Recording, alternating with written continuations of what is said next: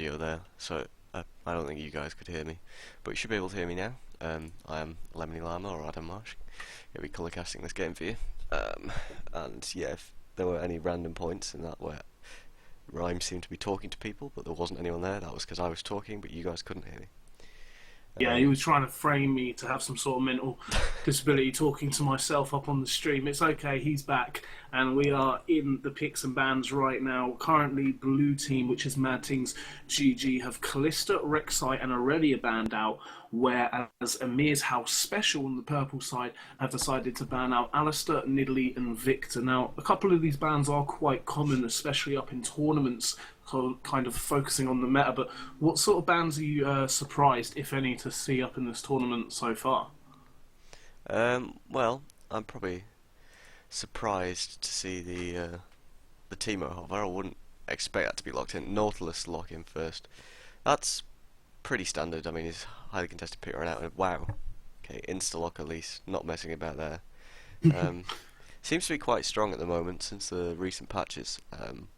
We'll have to see what build they go down, because I've seen a few people kind of advocating Runeglaive, and a few people advocating Cinderhulk. Personally, I think Cinderhulk's probably slightly better, just because like you can actually stay alive for longer, you get more spell rotations off, Yeah. and it means you're not relying entirely on snowballing the game within like the first 10-20 minutes, whereas with Runeglaive at least you really do need to.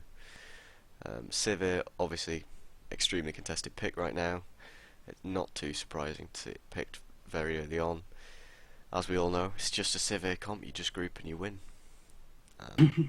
Yeah, 100%. It is all about that team comp, and especially getting those champions in a nice combination to work together. Currently, blue team locking in that Nautilus, as you so rightfully mentioned, along with purple team Soldier locking in that Sivir, and Rory McD locking in Elise Gragas alongside that Nautilus, and a Corki as well. Is there any champions that you'd want to see picked in the lineup? Any champions that you think really are sticking out right now and should be prioritised on the teams? Well, looking at what Sheldor and Kevun have just locked in with the Gragas and the Corki, you can see with the Nautilus they've already got their. You can already tell they're setting up for a poke comp. Corki is so key for those poke comps right now, because most of the poke that you're going to actually get from a mid laner, usually it'd be like a Jace or a Varus, so it tends to be physical damage, so you need that magic damage poke from the Corki to make sure that you actually have both types of damage. Then obviously the Gragas and the Nautilus work really well to try and keep those two members doing the poke safe, so obviously Gragas with his ultimate and his E displacement, and Nautilus with all of his crazy CC. I mean, I think it's every ability of Nautilus's, including his passive, except for his W, the shield, has some form of CC on it.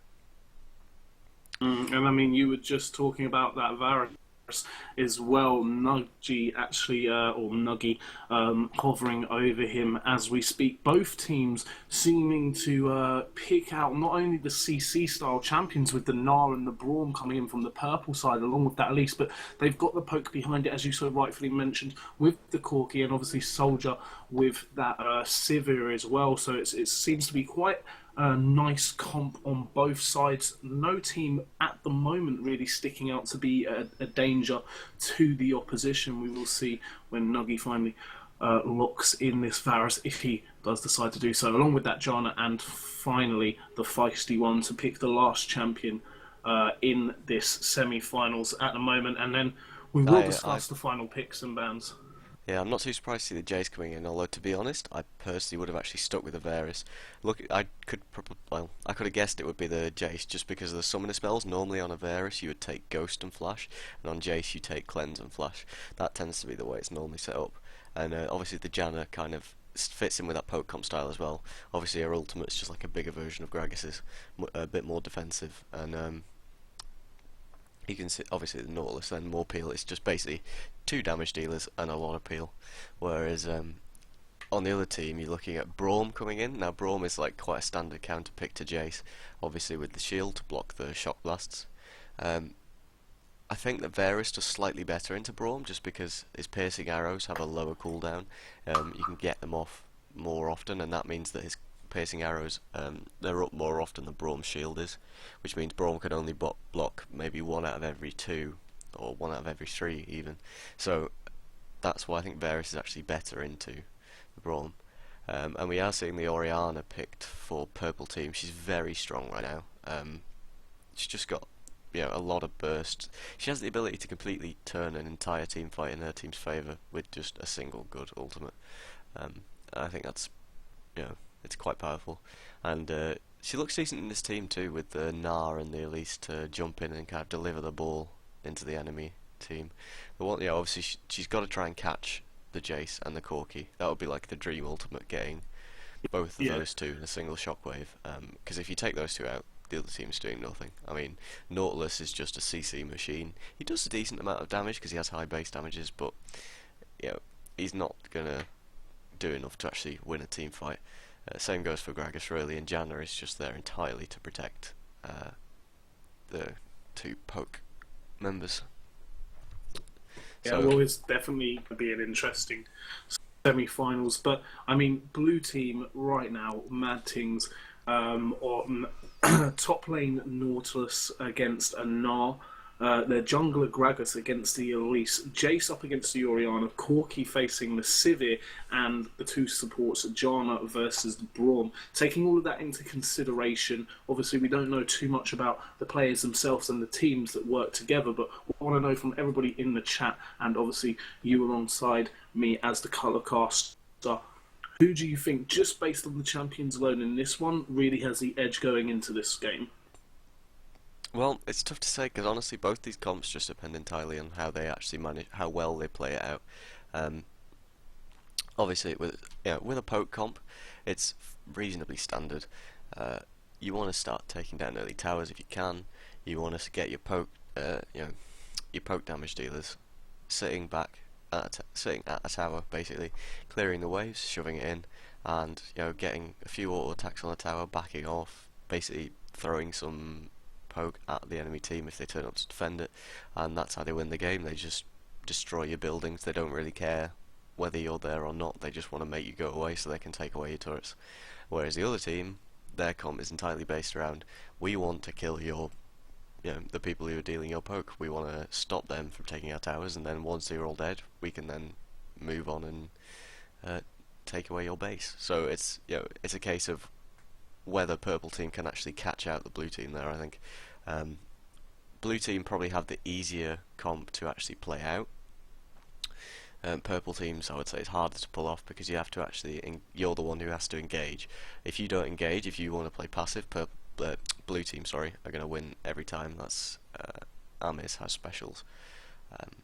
If you purple team have to be the proactive team here to come out on top in this game, I think.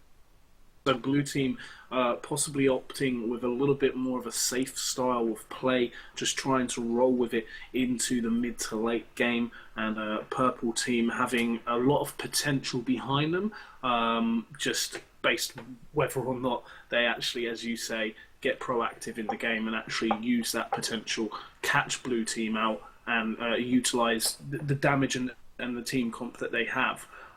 So maybe a little bit of a risky strategy coming in from purple team, as they will obviously not have the advantage over blue team unless they do act on those advantages. But nevertheless, as we've seen in these tournaments so many times, anything can happen, and it's definitely going to be one to watch. It's going to be action-packed, and hopefully we'll see a lot of exciting plays. But we are loading into the Rift right now.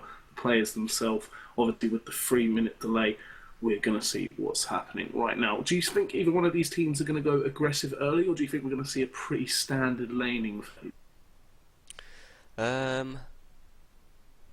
It's tough to call. I think with the Gnar into Nautilus matchup, there's not I'm not entirely sure who wins that matchup. I haven't seen it enough times because Gnar hasn't been hugely popular in LCS recently. Nautilus has seen a lot of play in NALCS, not so much in EU.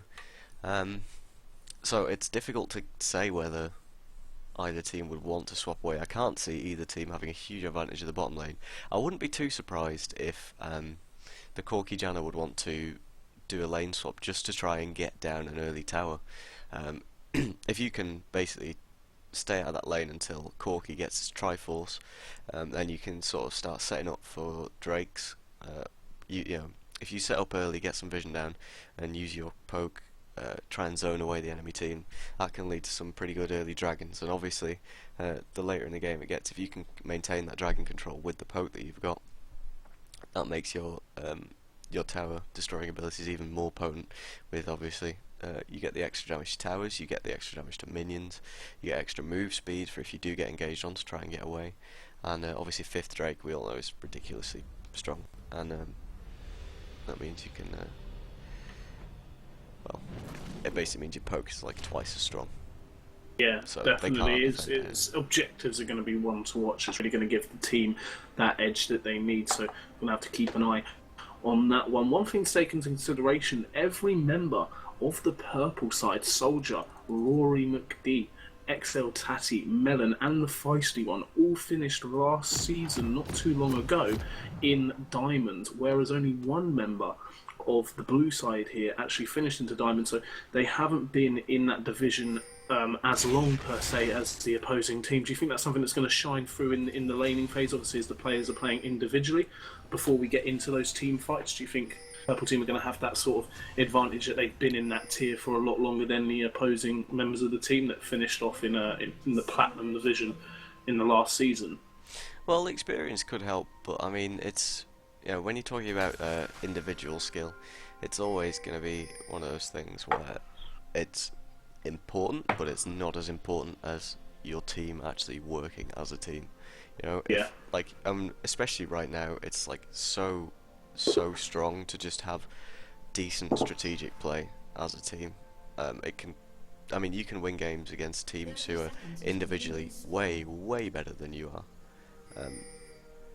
and just, you know, just by having decent objective control and decent map play as a team. And I think that's what you've really got to look out for. Even if one team might have better individual play in a lane, it's unlikely to have a huge effect on the game unless they manage to completely snowball it out of control. Because at most, you know, it's going to get them maybe a kill or a slight CS advantage. If the other team has proper map play, once it gets to that point, they'll start making roams there to try and help the teammate out, or making roams elsewhere and snowball a different lane to balance it out. So yeah, we're definitely going to have to watch like a huge advantage, is what I was trying to say. Yeah, definitely. But it's one of those things. The objectives really can make or break these tournament games, and with the vision alongside that, I mean, you've got that Elise roaming around, and likewise on the opposing team, you've got that Gragas as well with the gank potential that he has. Could become a real problem in the laning phase for either top, mid or bot, so it's just one of those things that we're going to have to see play out. But in respects to First Blood, where do we think the action's going to come from, top, mid or bot in this early game here? At the moment, with like the strength of TP and how you can use the top lane teleport to actually affect the whole map, you'd expect the junglers to be trying to pressure top lane.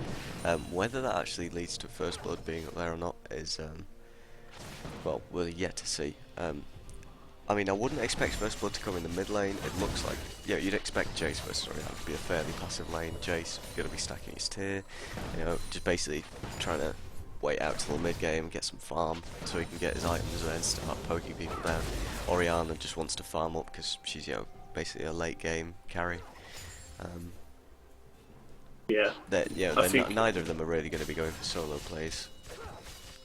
Yeah, there seems to be a lot of aggression and trades back and forth, but that's fairly typical of a bot lane, as you mentioned. I think top lane with the Gnar versus Nautilus, it's going to be quite passive. A lot of strength from both of them, pretty equal against one another.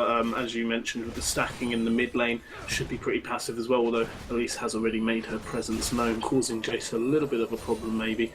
With his farming, throwing him off a bit there. And I think it's going to be down to where Gragas decides to show his face first, or if Elise does decide to initiate a proper gank anytime soon. But who do you think is going to spend more time jungling and less time actually ganking? Or do you think both teams are going to be prioritising those ganks in these lanes and trying to snowball and help their lane out? Well, I think it actually kind of depends which jungling champ Elise goes for.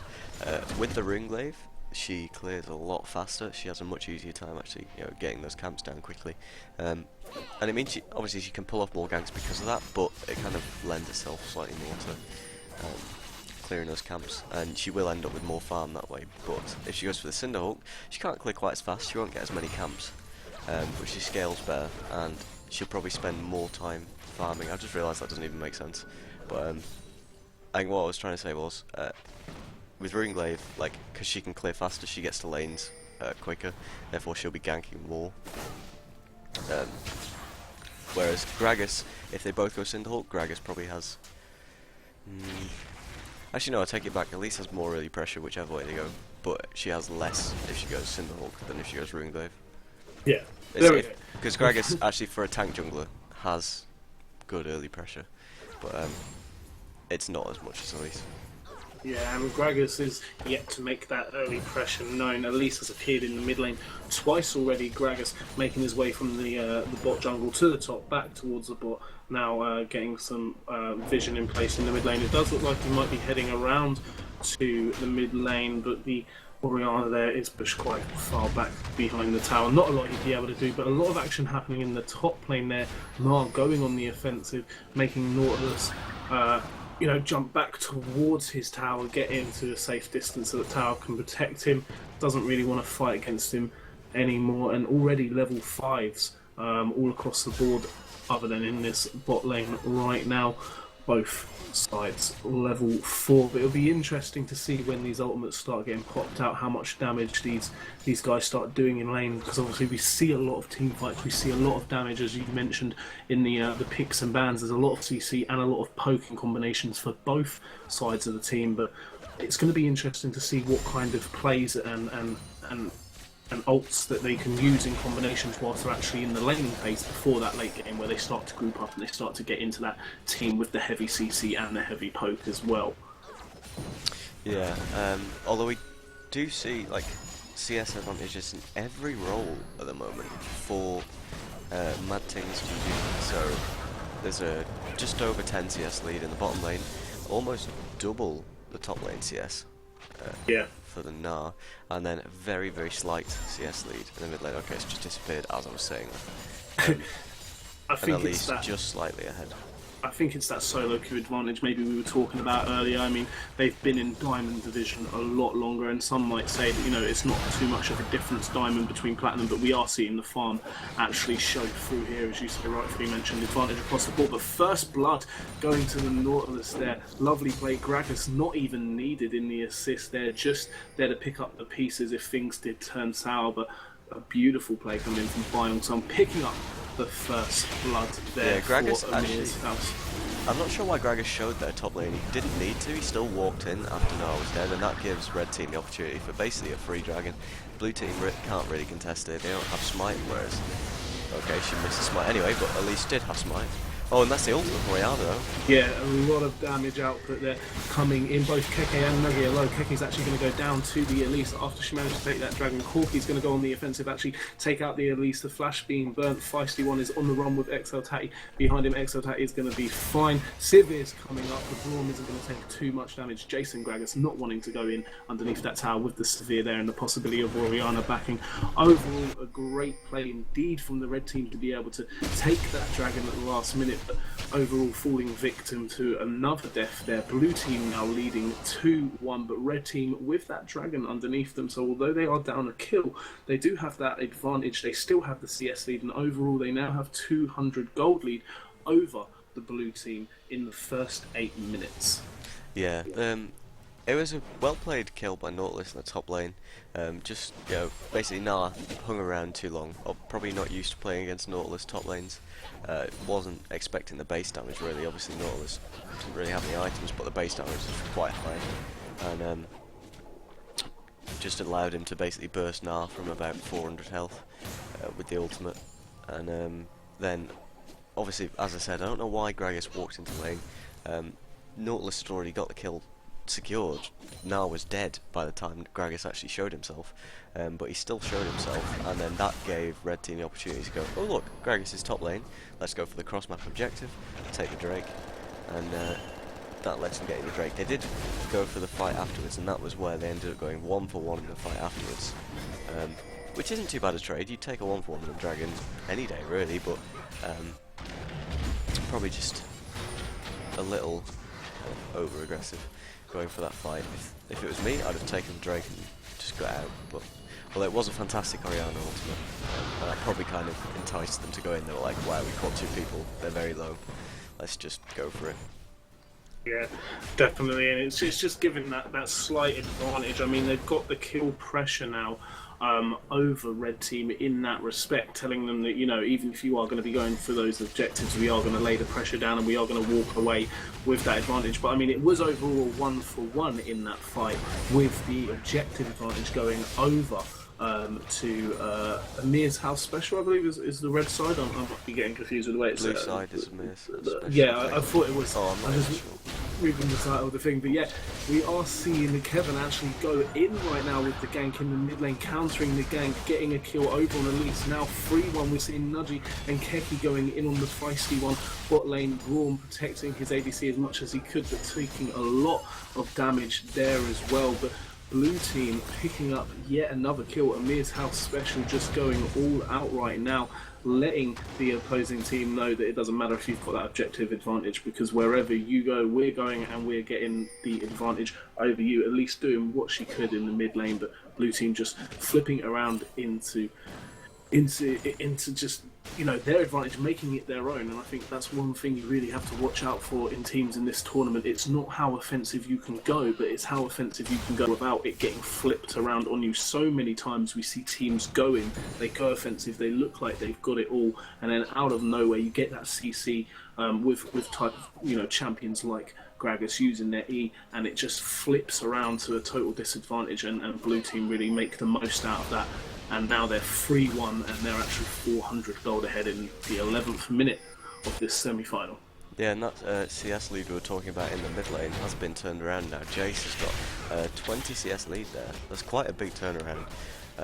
It was reasonably close, but Orianna was ahead, and now Jace just completely flipped that around. We have seen Elise going for that Broom Glaive that we talked about. Okay, we're seeing ultimate burn in the top lane here though. Yeah, a lot of power coming in from that Gnar. He's really showing with that Phage already built a 41 CS lead over Nautilus already. I mean, he's just completely bullying him. Nautilus has the kill underneath his belt, but it's not enough. Gnar's just going to keep on bullying him, and with obviously all of the pressure kind of happening in the mid lane now, we're seeing a lot of ganks from the Elites, and obviously the Gragas having to counter gank that to make sure that Jace stays ahead with that lovely CS advantage that you mentioned. He's flipped around. There's not a lot Nautilus can do, but saying that, he is going on the offensive now. The flash is burnt from both Soldier and Baizhong's son. He is going to have to back off. Not enough health to go underneath the tower, even with Gragas alongside him. Gnar's going to get away safely, but it's one of those things. Blue team, again, as I mentioned earlier, they're able to take a disadvantage with Nautilus being pushed so far back behind his tower with the Gnar, with the help of Gragas and CC and the control that he has. You know, the Nautilus and him just then go on the offensive and flip it round into an advantage, and situation that at the moment with a 3-1 lead seems to be working in their favour every time, and Drake is up in the next 44 seconds, so we're going to see a lot of action there as well. But right now Elise is having to go defensive. Exaltati in a very bad situation. BJ's taking out him, getting a kill. Nautilus picking up a kill on Elise. Once again, Elise falling victim in that mid lane, trying to do what she can to defend the Orianna in the mid lane, but yet again it's just not working to her advantage. Yeah, so what we saw there was basically a team seeing that Gnar had teleported back to top lane, used teleport to get back to lane, and then going, right, we're going to use that teleport advantage to actually make a play. Nautilus teleports into the mid lane, makes a play, they get a couple of kills out of that, and now they're going to get a dragon from it. So that's a fantastic example of how to use a teleport advantage to then make an advantage for your team, you know, across the whole of the map now. Corki gets a kill, Jace gets a kill. You're spreading gold all over the map just by using that teleport to actually make a play, rather than teleporting back to lane at this stage of the game. And it's not just that. I mean, a lot of teams as well would have then took that advantage. They took the tower down in mid. They headed down towards Drake, but it looked like they were going to actually be sacrificing that top lane tower to the Gnar. A lot of times you would take a tower, you would take an objective, but in respect, you would also lose a tower, whether it be in the top lane or the opposing lane down bot, because, you know, one of the members of the team will start pushing it out. But the Nautilus goes up top and manages to defend that top lane tower against the Gnar as well, whilst they're taking dragon, and after they've already taken that mid mid lane. So they got the mid lane, they got a Drake, and they defended that top tower, which now the Jace is coming in alongside that Nautilus to bully them back once again, protect it even more, and potentially go a little bit more offensive, but Elise and Gnar will back off in time before that becomes a problem. Janna is by herself in this bot lane, though, defending the tower, less than half HP, and Corki is getting there just in time, it looks like, so there's not any sort of danger. But what do you think is going to happen next? Do you think Red Team are going to be able to bring this one back? I mean, 14 minutes in, it's 5-1 already. It's looking very good for the blue side here for Amir's house special. Well, I think what Red Team needs to do is they need to try and go for those skirmishes right now, because if they group up as 5, then and blue team get the chance to actually poke them, that's going to cause them some serious issues, especially when you're behind like this. If you engage on the 5v5, you're not even sure you're going to win it. So they really need to try and make some plays with the Sivir, for example, who at the moment is going relatively even with the Corki, because his ultimate's going down the top lane, so we'll talk about that in a minute. Yeah, I mean, the ultimate there being burned, Gnar going on the offensive. Nautilus not afraid though, backing off slightly, going straight back in. Both of them looking pretty good in this fight. One of them's got to go down eventually. Bygone Sun not looking good whatsoever. The tower hit does go in on the Gnar. It won't be enough. A brilliant play there coming in from Red Team, and those are the type of plays that Red Team need to start making to bring this one back. But as you so rightfully mentioned, which I will let you continue with now that that fight has happened, it looks like it's going to have to be the Sivir that makes these type of plays to really start carrying this team. Yeah, all I was going to say is, like, Sivir and Corki are both relatively even on gold, and if they want to try and gain an advantage, this is probably the best lane to do it in. Obviously with the Sivir ultimate, it's so easy to actually start those skirmishes, which means that if the Elise can come in, obviously she's gone for the Runeglaive, so she has that good early damage.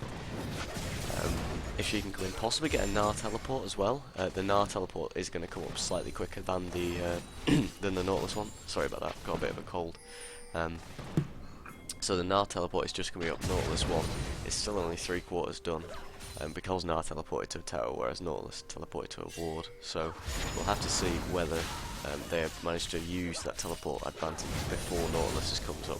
I think if they could make a play on this bottom lane, that could be a way back into this game for them. Yeah, it looked like maybe they were looking to make some form of play there. I mean, Elise was down, making her presence known, really putting that pressure down. But I mean, Sivir at the moment has the potential to make these plays if she wants to. I mean, Corki does have a kill advantage. He is 20 CS behind though, but he is yet to finish his first item, whereas Sivir already has that Infinity under her belt. So it isn't a long shot whatsoever. They're 3 kills behind, but in the bot lane there's not too much of a difference here. She's got that CS lead, she can go offensive if she wants. It's just that Janna, I think, is really poking her back and causing some problems. That Braum needs to get involved and really start, making the plays and send that Elise down again. We saw the Elise down there earlier, and it caused the Janna and the Corki to really have to back off and not have that lane dominance they've had so far. So I think it's just going to be a make or break which jungler decides to go down there and start helping the ADC and support to really get them going. But Nautilus is just absolute work in that top lane, despite actually being 60 odd farm behind. He's doing very well for himself. Yeah, we did see Gnar manage to pull a kill back because of that huge CS advantage he has. Obviously, able to get he was able to get some more damage in that fight. We've seen Nautilus actually go for the Nautilus has gone for the Rod of Ages, so he's looking to actually kind of improve on his base damage a bit. It's a good item for Nautilus, I think. It provides him a lot of sustain in the lane, and it also gives him a bit more damage in the late game. Helps keep him as something more than just a CC bot. We are seeing some trades back and forth now. Looks like the fight's going to be initiated. Braum has ulted, Elise has jumped. Kevin looks like he's flashed to try and make it away, but to no avail. Jace manages to get a kill on the Braum, but focusing that support is not something you want to do now. 3 members of the purple team are on the blue side. The Jace is caught out in the mid. If he isn't careful, but Byung-sun has come down to help him there. The ADC and support on the blue side doing very well to back off towards the bot lane there, and Byung-sun doing very well to come along and help the Jace back off into the middle. So the team kind of split which way to go, panicked a little bit, bought blue side some time, and not a lot of kills went down, taking into consideration the amount of people that were involved in that fight. As you see the elites getting out there nice and safely. But a lot of kills going down in that fight. Red team, doing work to try and bring this one back, but at the same time giving over a couple of kills. Keke, I don't know where he thinks he is in this map, but he is nowhere near safety. The Jace is not going to be able to help you if Nar decides to do the damage, which he does. And yeah, Ghana in a very bad situation at a very bad time, unfortunately.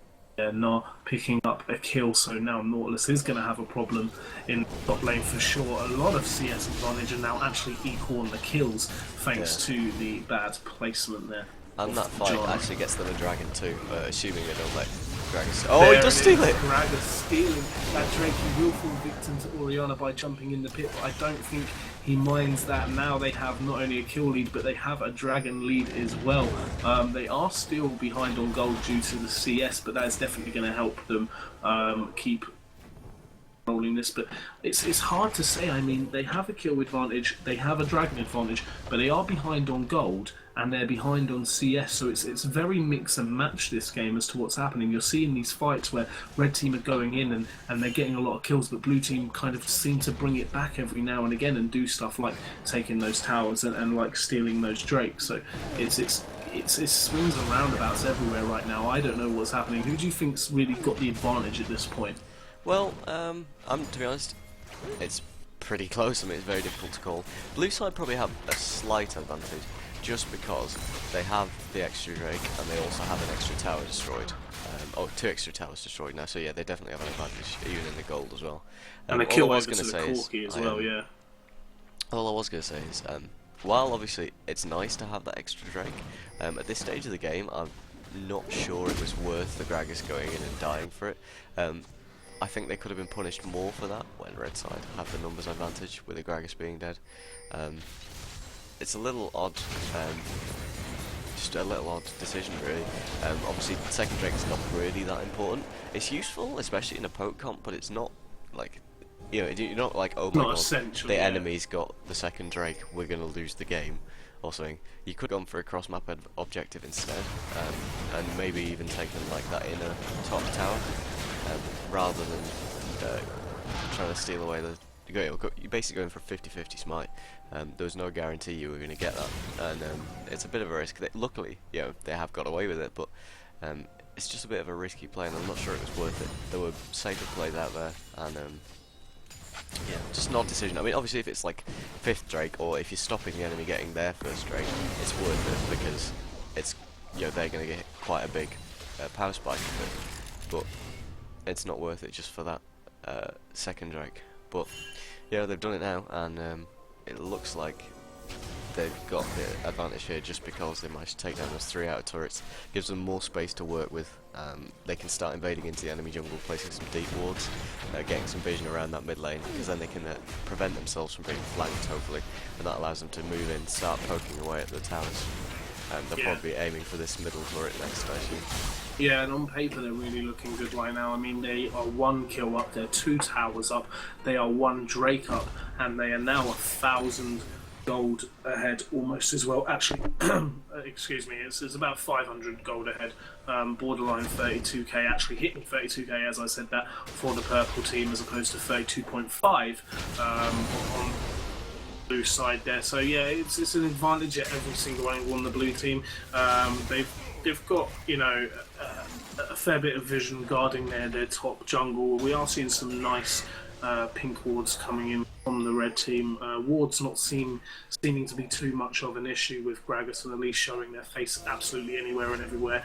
Anyway, it might pay off towards the end of the game, but right now, as you said, it's very back and forth. It's quite close, and although there is a lot of advantage swaying towards the blue side, taking out those outer turrets, as you so rightfully mentioned, having that objective lead with the towers, the dragons, and now the kills and the gold as well, I don't think it's it would be surprising at all for Red Team to bring this back. I mean, they've already started overtaking them in gold once again just by farming the way that they do, because they do it so fast. They're clearing these waves, they're clearing the CS and the jungle just phenomenally and bringing that money, you know, that gold lead back without actually having to take any objectives or kills. Yeah, and I just want to touch on itemization for a minute here. I think I'm kind of surprised that Gragas and Janna haven't upgraded their trinkets yet. Okay, I'm going to have to... Yeah, there is a fight going down. Sivir picking up a kill after a heavy engage from the Braum on the Gragas. The Gragas a little bit too far, extended his teeth, not too close to him. The feisty one is going to have to watch out with that poke if he's going to stay in that bush, but Tati and Rory are alongside in the Sivir, pushing up in the mid as well. It looks like Red Team want to go on the offensive and take out this tower. There's not a lot of the health left. Blue Team doing what they can, Corky firing in a bit of hope, but it's not going to be enough. Red Team taking a tower now, making their way up towards the Baron area. I'm not sure it's something that they're going to do whatsoever. We're seeing the Oriana and the Sivir back off. A little bit of crab control coming in from the Elise. Very nice. Jace, Corky and Nautilus seem to be on the offensive there, but I don't think they really wanted to chase up in towards that Braum. They've learnt from their lessons of engaging. They got pushed back so far there. Right now though, it's a 6-6 at 25 minutes. Red Team equaling out the scoreboard in regards to kills there. Doing very nice, and now taking a tower as well. They are bringing this back. As I mentioned earlier, there's not a lot in it. Red Team can bring it back whenever they want. They're now 2k gold ahead. They're equal on kills. They're equal on towers. It's in a matter of minutes. Yeah, and I've entirely forgotten what I was going to say. Sorry about that. Oh yeah, I think just before that fight broke out and stuff, I was kind of touching on how itemization, Gragas and Janna like really should have upgraded the trinkets by now, because in a poke comp like this, vision control is like probably the sole most important thing that you have to care about, because you need the vision control to actually be in place for the fights.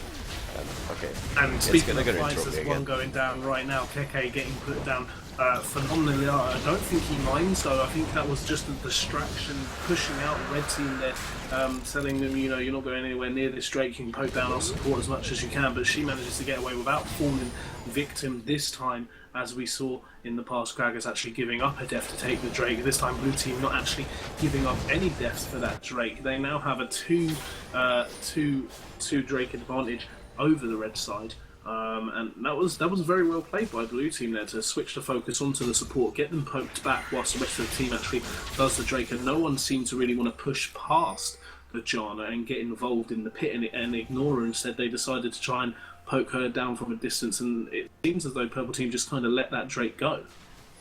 Yeah, I'm not sure they were in a position to contest. If they actually if they actually move in to try and fight that one, then Blue Team could kind of peel the Drake. And as long as they stick as 5 and they make sure they're in a position for Corky and Jace to kind of poke back while they're kiting, they can basically just back away, and then any attempt that Purple Team make to actually take the Drake after that is just going to be interrupted by poke from the Blue Team. So once Blue Team are actually in there on the Drake, it's difficult for Purple Team to actually do anything about it unless they go for a full-on engage, and I'm not sure they were in position to do that. It's probably something they wanted to kind of be a little bit more safe than sorry. If they did go in, not only do they run the risk of not actually getting the Drake, but they would have definitely given up some kills. They might have got the kill and the support, but at the end of the day, it's not really a champion you want to be really want to be focusing, and it's not too much of a heavy elimination for Blue Team to have to worry about. But speaking of worrying about stuff, Jace is definitely going to have to worry about that heavy engage. Greg is actually coming back on the offensive now. Braum is going to be the first person to go down to Sheldor playing that Jace. Tassie's going to be the second person to go down to the Nautilus. The Jace will go down to the Sivir, but the Corky will also pick up a kill on the Nara. It looks like Rory McD is going to find himself in a little bit of a tricky situation up against this Gragas and the Nautilus, with the poke. Nautilus picking up yet again another kill. Sivir looking worse for wear on very low health, managing to back away though, and that was a 4-for-1 coming in from the Blue Team straight off the bat of that dragon. Now not only a 2 dragon lead, but a 3 kill lead after a beautiful fight, and starting their offense on this Baron as well, and there is not a lot Purple Team are going to be able to do to contest this one. Yeah, that was It was a nice idea from Red Team to go for basically the Baron bait. You know, you go and sit in the Baron pit, wait for them to turn up, and then turn on them. But they just didn't play it quite right. I think with the Gnar not being there, that caused them huge issue because they are missing their only real tank right now. Elise has started to build tanks, but she hasn't even finished her first full tank fight. And oh dear. That was Civic coming in for the cleanup, a double kill, Oh, wow. making her way over towards that Gragas, doing what she could. Blue team very nicely picking up that Baron, but Civic coming in for the cleanup. They didn't back off as fast as they should have. I think they felt as though with just the ADC there, they had enough people to target her and finish her off, but Baron had done enough damage to give Melon that advantage. She now has 4 kills. She didn't have too much of a strong start, but she's not giving away any deaths. She has 2 kills over their ADC, over that Corki, and now they're putting pressure on that mid lane. Jace isn't going to be able to do too much, does a nice bit of damage towards the ADC, but by himself he isn't going to be able to go too offensive, and he doesn't want to get caught out there, so he's going to have to back off. Red team are backing off. They're going to clear this jungle, take this blue, but Melon, some very nice plays coming in there. Yeah, that was I just don't know what happened there. Blue team didn't appear to back off properly, and it looks like Civic could be getting caught though. Oh, Yeah, she's going to get away. Spell shield. Yeah, Braum nicely there, doing his job as his support, the feisty one, protecting Melon at all costs. But yeah, I think it was just a case of the ADC appeared and blue team kind of panicked so much that they didn't really want to attack her because they were low, but at the same time they thought there's only 3 of us and there's 1 ADC, we don't really need to go anywhere. But when you don't go anywhere and you don't attack, it's obviously going to be a very bad combination, and Sivir just goes to work. But Jace is getting some really nice poke down on that Sivir. It wouldn't surprise me if she gets caught out. She keeps getting close to a Jace with that Baron buff, being able to hit practically half of her health in one hit, so that's definitely something to watch out for. But blue team taking that Baron, although 2 of them did die afterwards, they have then spun this back. They lost the tower in the mid lane, but now they're going quite offensive and pushing up in all the lanes. They will have to watch out for that bot eventually, but they are pushing out top lane right now. Everyone's crowded around. It wouldn't surprise me if we see a team fight contesting over this tower. Some nice trades back and forth, just waiting for the engage to come in from someone. Which team will it be? Blue team backing off, I'm not quite sure. They want to fight this, or they want to just bring red team back out a little bit further away from their tower. They are still all hovered around, as are purple team right now. The blue team, their comp isn't designed for fighting. This is exactly what their comp is designed for, just sitting at a tower, poking away at it. But they're going to get engaged on here with the on the hunt from Sivir. They are getting engaged indeed, a nice all coming out for the Braum. The Janna is going to return with an ult to blast them away so they can start picking people off. They switch the focus to the Elise. She's going to jump up in the air and try and get away from as much damage as they can. They switch all of the focus onto the Gnar right now. The Gnar is going to go down. Jace is going to be able to take out the Orianna. I was worried that they weren't doing enough damage to burst him down fast enough, but now Melon, the feisty one, and Roaring D looking a little bit worse for wear, running away here. Jace is going to be able to get a lovely shot off onto the Elise, taking her out. Now it's a 3 for 0. They're going to go fully offensive on this tower. I don't think Melon wants to be that close defending it because the flash is going to come in from Nautilus. She's going to get held in place. The Jace is going to pick up yet another kill alongside that tower. A 4 for 0. Sivir doing what she could, but probably sticking around a little bit too long. There was no chance in hell she was going to be able to defend that tower. I don't know what she was thinking staying around that long, but she definitely paid the price for that one. Blue team there picking up a lovely 4 kill spree, and not only that, a tower as well, and now they're able to go aggressive on this mid lane, start pushing out that mid lane, and now all lanes are pushing in their favour. They've got the kills in their favour, they've got the towers, and they've got the objectives. It's not looking good for purple team. Yeah, in that space of maybe 2 minutes, you saw exactly what this comp is about. They basically want to group up around towers. They want to try and poke you down. If you engage on them, they've got the Janna and the Gragas to say, no, you're not getting on our carries. You saw Red team just couldn't do anything about it. They couldn't get the Corki and the Jace. They were able to just sit back, get off as many spell rotations as possible, and that allowed them to actually turn the fight around. Like, you know, they just kited back so well. Yeah.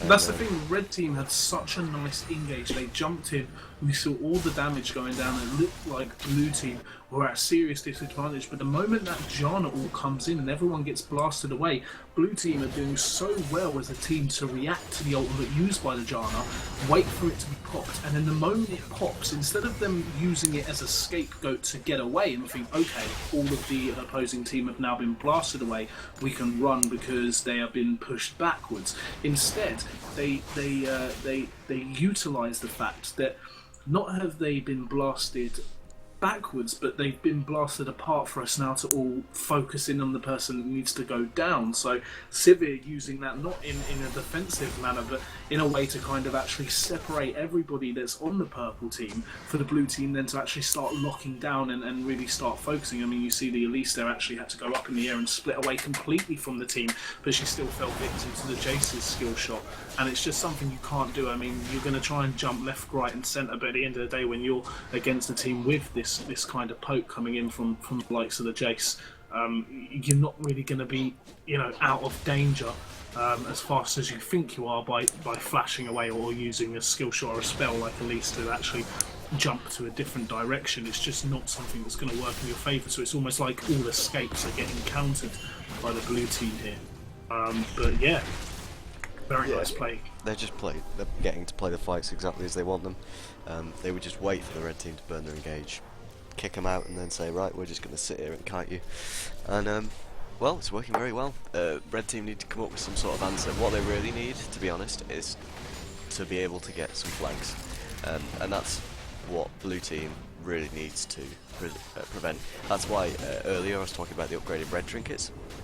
The reason they need them is to make sure they've got rid of any and all wards that are behind them or you know, across from them on the map. Because if the Gnar does get a decent TP flank, that could be the way in for red team. It means he will get onto the carries, and that means that then, you know, Orianna can use her E to put the ball on, and then that could be a shockwave on the two carries, and that could be, you know, the game-changing fight. That's really what red team have got to hope for, and it's what blue team have to try and prevent. You know, they have to make sure there are no wards for Gnar to do that. And they've got to watch out for their Sivir going on the hunt as well. I mean, you're talking about gank potential. Obviously, with the purple team should be utilising sort of, you know, flanking the opposition. When you get a Sivir coming up behind you with a flank, and you can't turn around to really focus your attention on the ADC because the rest of the team is already behind you, it's definitely going to become a problem. So blue team are indeed going to have to watch out for that one, because the purple team rather are definitely going to be able to flip this round to their advantage if they decide to do that. But right now it just looks like they're anywhere and everywhere trying to do what they can against the pressure of the blue team, and they are going really offensive on this Sivir. They know that she is alone. They've got the vision in place. The flashes come out. It won't be enough. Sivir is too fast. Jace does what he can, hitting the skill shots, but he doesn't want to go underneath the tower with the likes of Elise, Braum and Orianna coming in from the side there. Sivir doing very well to escape that blue team still have this pressure pushing up into the first tower of the base. Yeah, so what we're seeing here is Gnar is actually trying to split push here. He's trying to go for the cross-map objective. He's hoping his team can stall out against the blue team's poke. Just wave clear that while he takes the turret. Well, he's now backing off, so never mind. He's given up on that. I think he should have done that really, because blue team weren't making too much progress. Yeah, red team losing a bit of health, but it's not a huge amount. I think they could have held out and taken basically a free inner turret off that. And obviously Gnar has TP. If it was me as blue team, I'd have sent Nautilus down to take the 1v1, just sit and wave clear, prevent him from taking the turret, and then you have both top laners with TP in the bottom lane. But because blue team didn't respond by sending Nautilus down there, I would have just left Gnar there. They, you know, taken the gold from the turret. It looked like they were perfectly able to defend that mid inhibitor turret. Yeah. So yeah, Gnar didn't look like he was at risk at all from anyone being sent down, as the Nautilus was staying mid. And alongside that, red team, purple team, red team, I keep saying either or.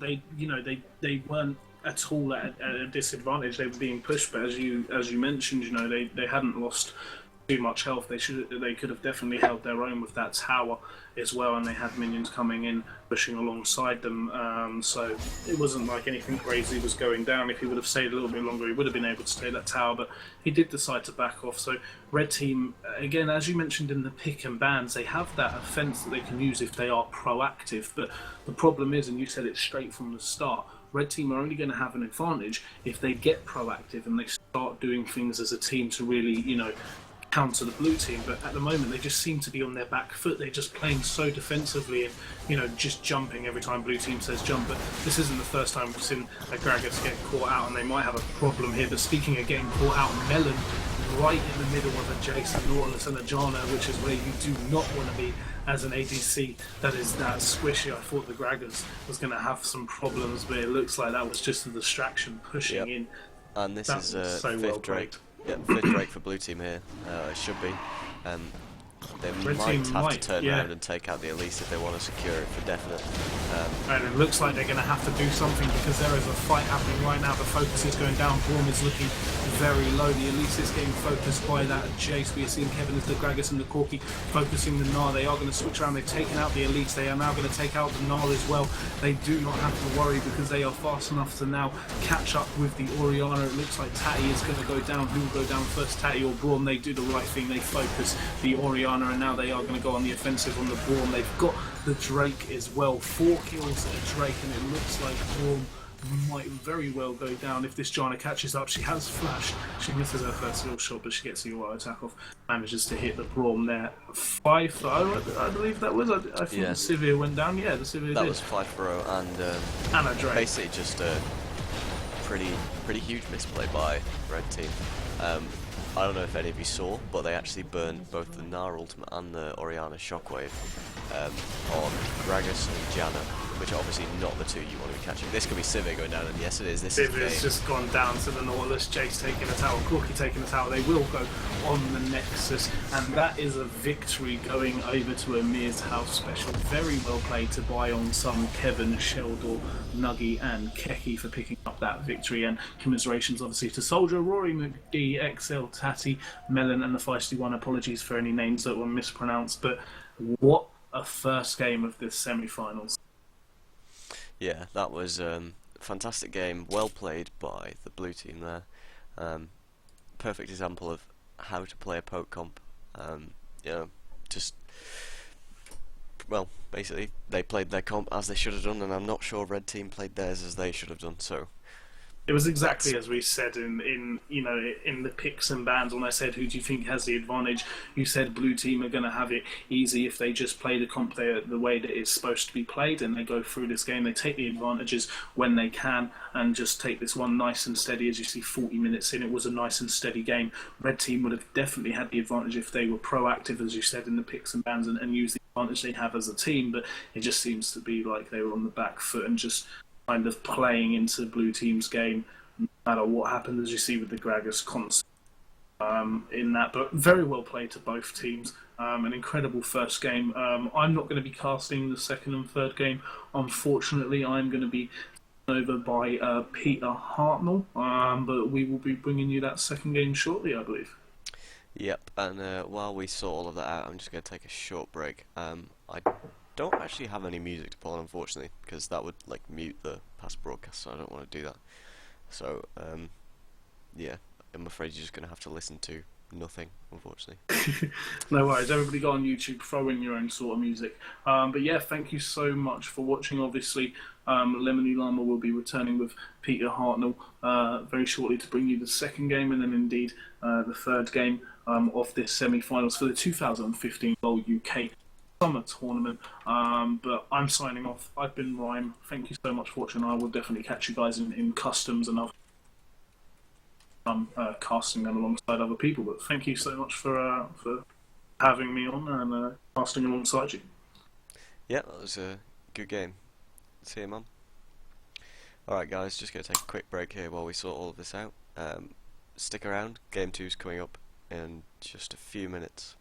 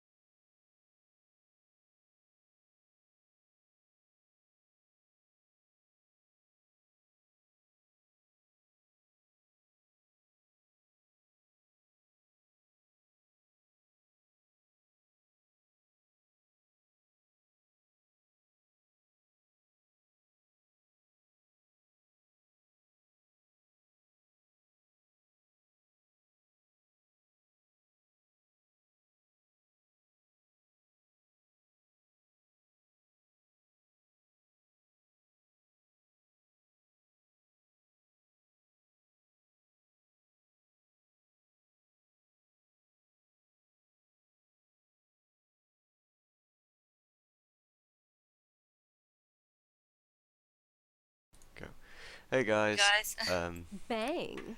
Sorry about this. Um, they started while I was on the toilet, so that's kind of Well, awkward. Yeah. how's it going? What, me or the stream people? Oh, yourself. Um, Good. It's been fun casting these games. Hoping for another good game. We do see the Nautilus locked in again. Actually, we see the Gragas banned this time, and this time the Nautilus is locked in for Soldier rather than Byung Sun. Um, okay, so far we're seeing like mirrored picks, but for the opposite team this time. So last time it was um, uh, Nautilus for Byung-sun, who was on the purple team. Okay. Who was on the blue team last game. Sorry, and it was Elise for I can't even read that. Rory MCD. Um, Yeah, but I yeah, guess Rory McD, maybe, yeah. if you're going to be particularly pretentious. I don't know. All right, so I only unfortunately caught a little bit of the previous game. What will the? I mean, I guess if these guys are basically swapping teams, I presume they respected each other's picks quite a lot. Was it a particularly Um, close game? yeah, it was reasonably close most of the way through. It was. Oh, I forget which way around they are. I think it's uh, MadTingsGG, which is a purple team in this game, they were running a poke comp, so they had like Nautilus top, Gragas jungle, Jace mid, Corki ADC, and Janna support. And the blue team in this game, which is Amir's House Specials, they were running kind of a hard engage comp, so they had like an Orianna mid lane, Elise jungle, Gnar top, Sivir ADC, and Braum and support. So it's kind of a hard engage, skirmishy type team comp. And Hmm. okay, it looks like they are swapping around a bit this game. So we're looking at the Sivir. Oh no, they've swapped it just the last second. So they're going for a Jinx on the purple team, and with the Jinx and the Shen and the Janna locked in, it looks like it's going to be a kind of semi-protect the AD carry, not completely protect the AD carry type comp, but obviously they've got the Shen and the Janna there to try and peel for her. Hmm. Yeah, the Stand United is certainly going to be very important. I'm just curious. I hope you would know this better than I would. With the changes to Elise in the jungle, is she still fulfilling her kind of old role as an assassin, or does she what does she thrive doing? I suppose is the question I'm really asking. Well, her main strength at the moment is kind of her early pressure and her ability to snowball lanes.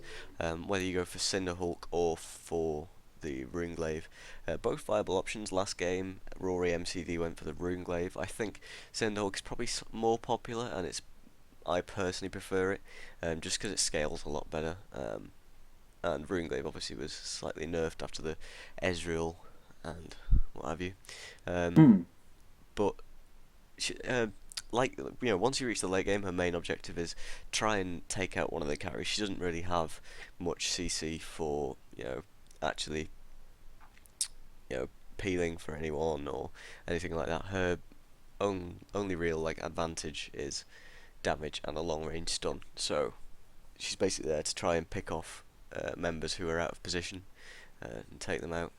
And we'll have to see if she does manage to do that. We do see the Azir and Maokai locked in for blue team, so this is going to be a Nautilus support. Um, it's going to be Maokai top lane, obviously, and Corki at AD carry.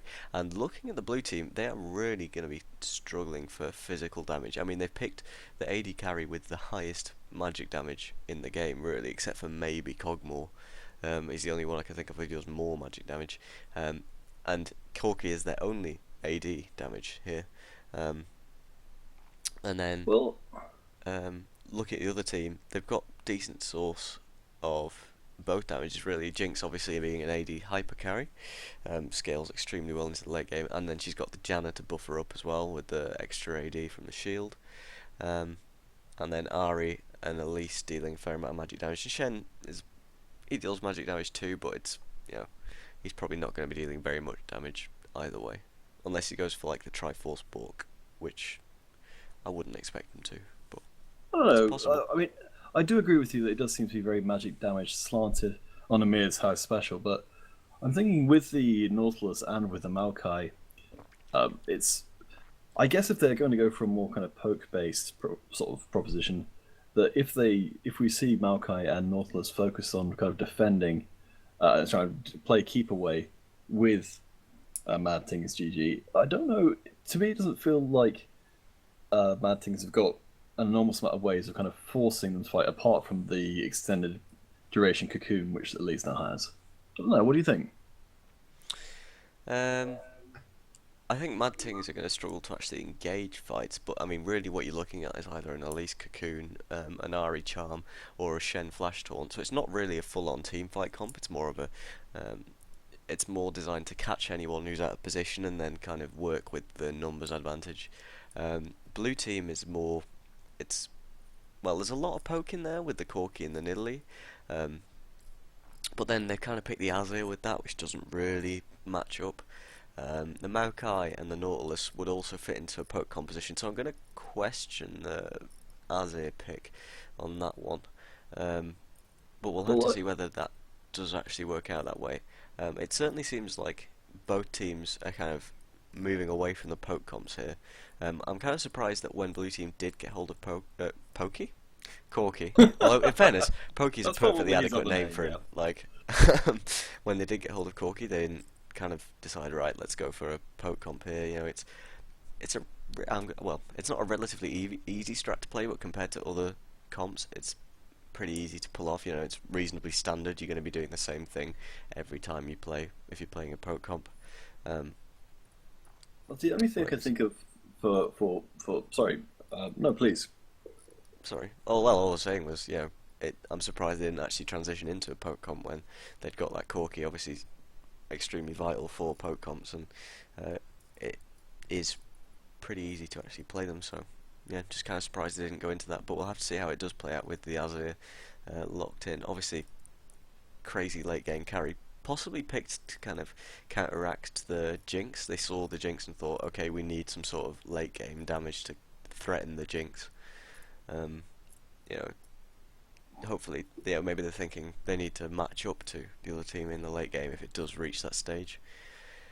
Well, what I'm thinking maybe Amir's has special looking for is if they're going to try and make Azir part of their kind of poke-based strategy, that perhaps as they were to fight in the jungle, Azir's one of Azir's strengths is that he doesn't need to be directly next to people to fight them. If he's on the other side of the wall, the Mad Things do have some ways of reaching him, but not. But they would have to blow at least some skills to get across the wall to actually get at Azir, whereas he can still fight them at relatively medium effectiveness from some distance, I would suppose.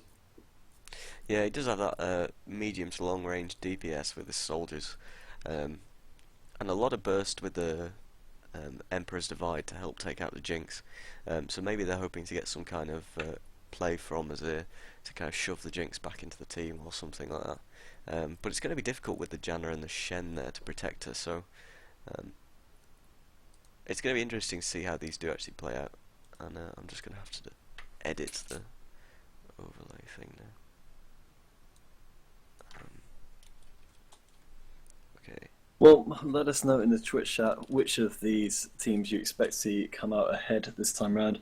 Amir's has special already one game up on MadTingsGG. Are they? Yes, they are. Are they not? For a second, I forgot which team was which. Well, I mean, they do change around quite a lot, so I guess it's kind of understandable. What do you make of this top lane matchup, Maokai against Shen? I mean, the most obvious thing to me seems to be that they wouldn't kind of really do that much to each other, but does that tend to be the case in reality? Well, it is a bit of a wet noodle fight, as I like to call them. Okay, I don't know why my camera just went whizzing off over there.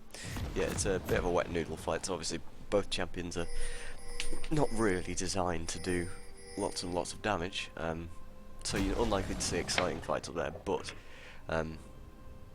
with the teleport plays, as I was saying last game, like, you know, it's currently probably the easiest place to actually focus, you know, try and get your top laner advantage, because then they can use the teleport to create plays all over the map, try and gain advantages in other lanes too. Yeah, it's just like a little snowball that you can start off. If you get the top lane rolling, then he can get the bot lane or the mid lane rolling, and then you have 2 or sometimes even 3 lanes winning. So. Well, there's a nice little ward drop there from Rory McD.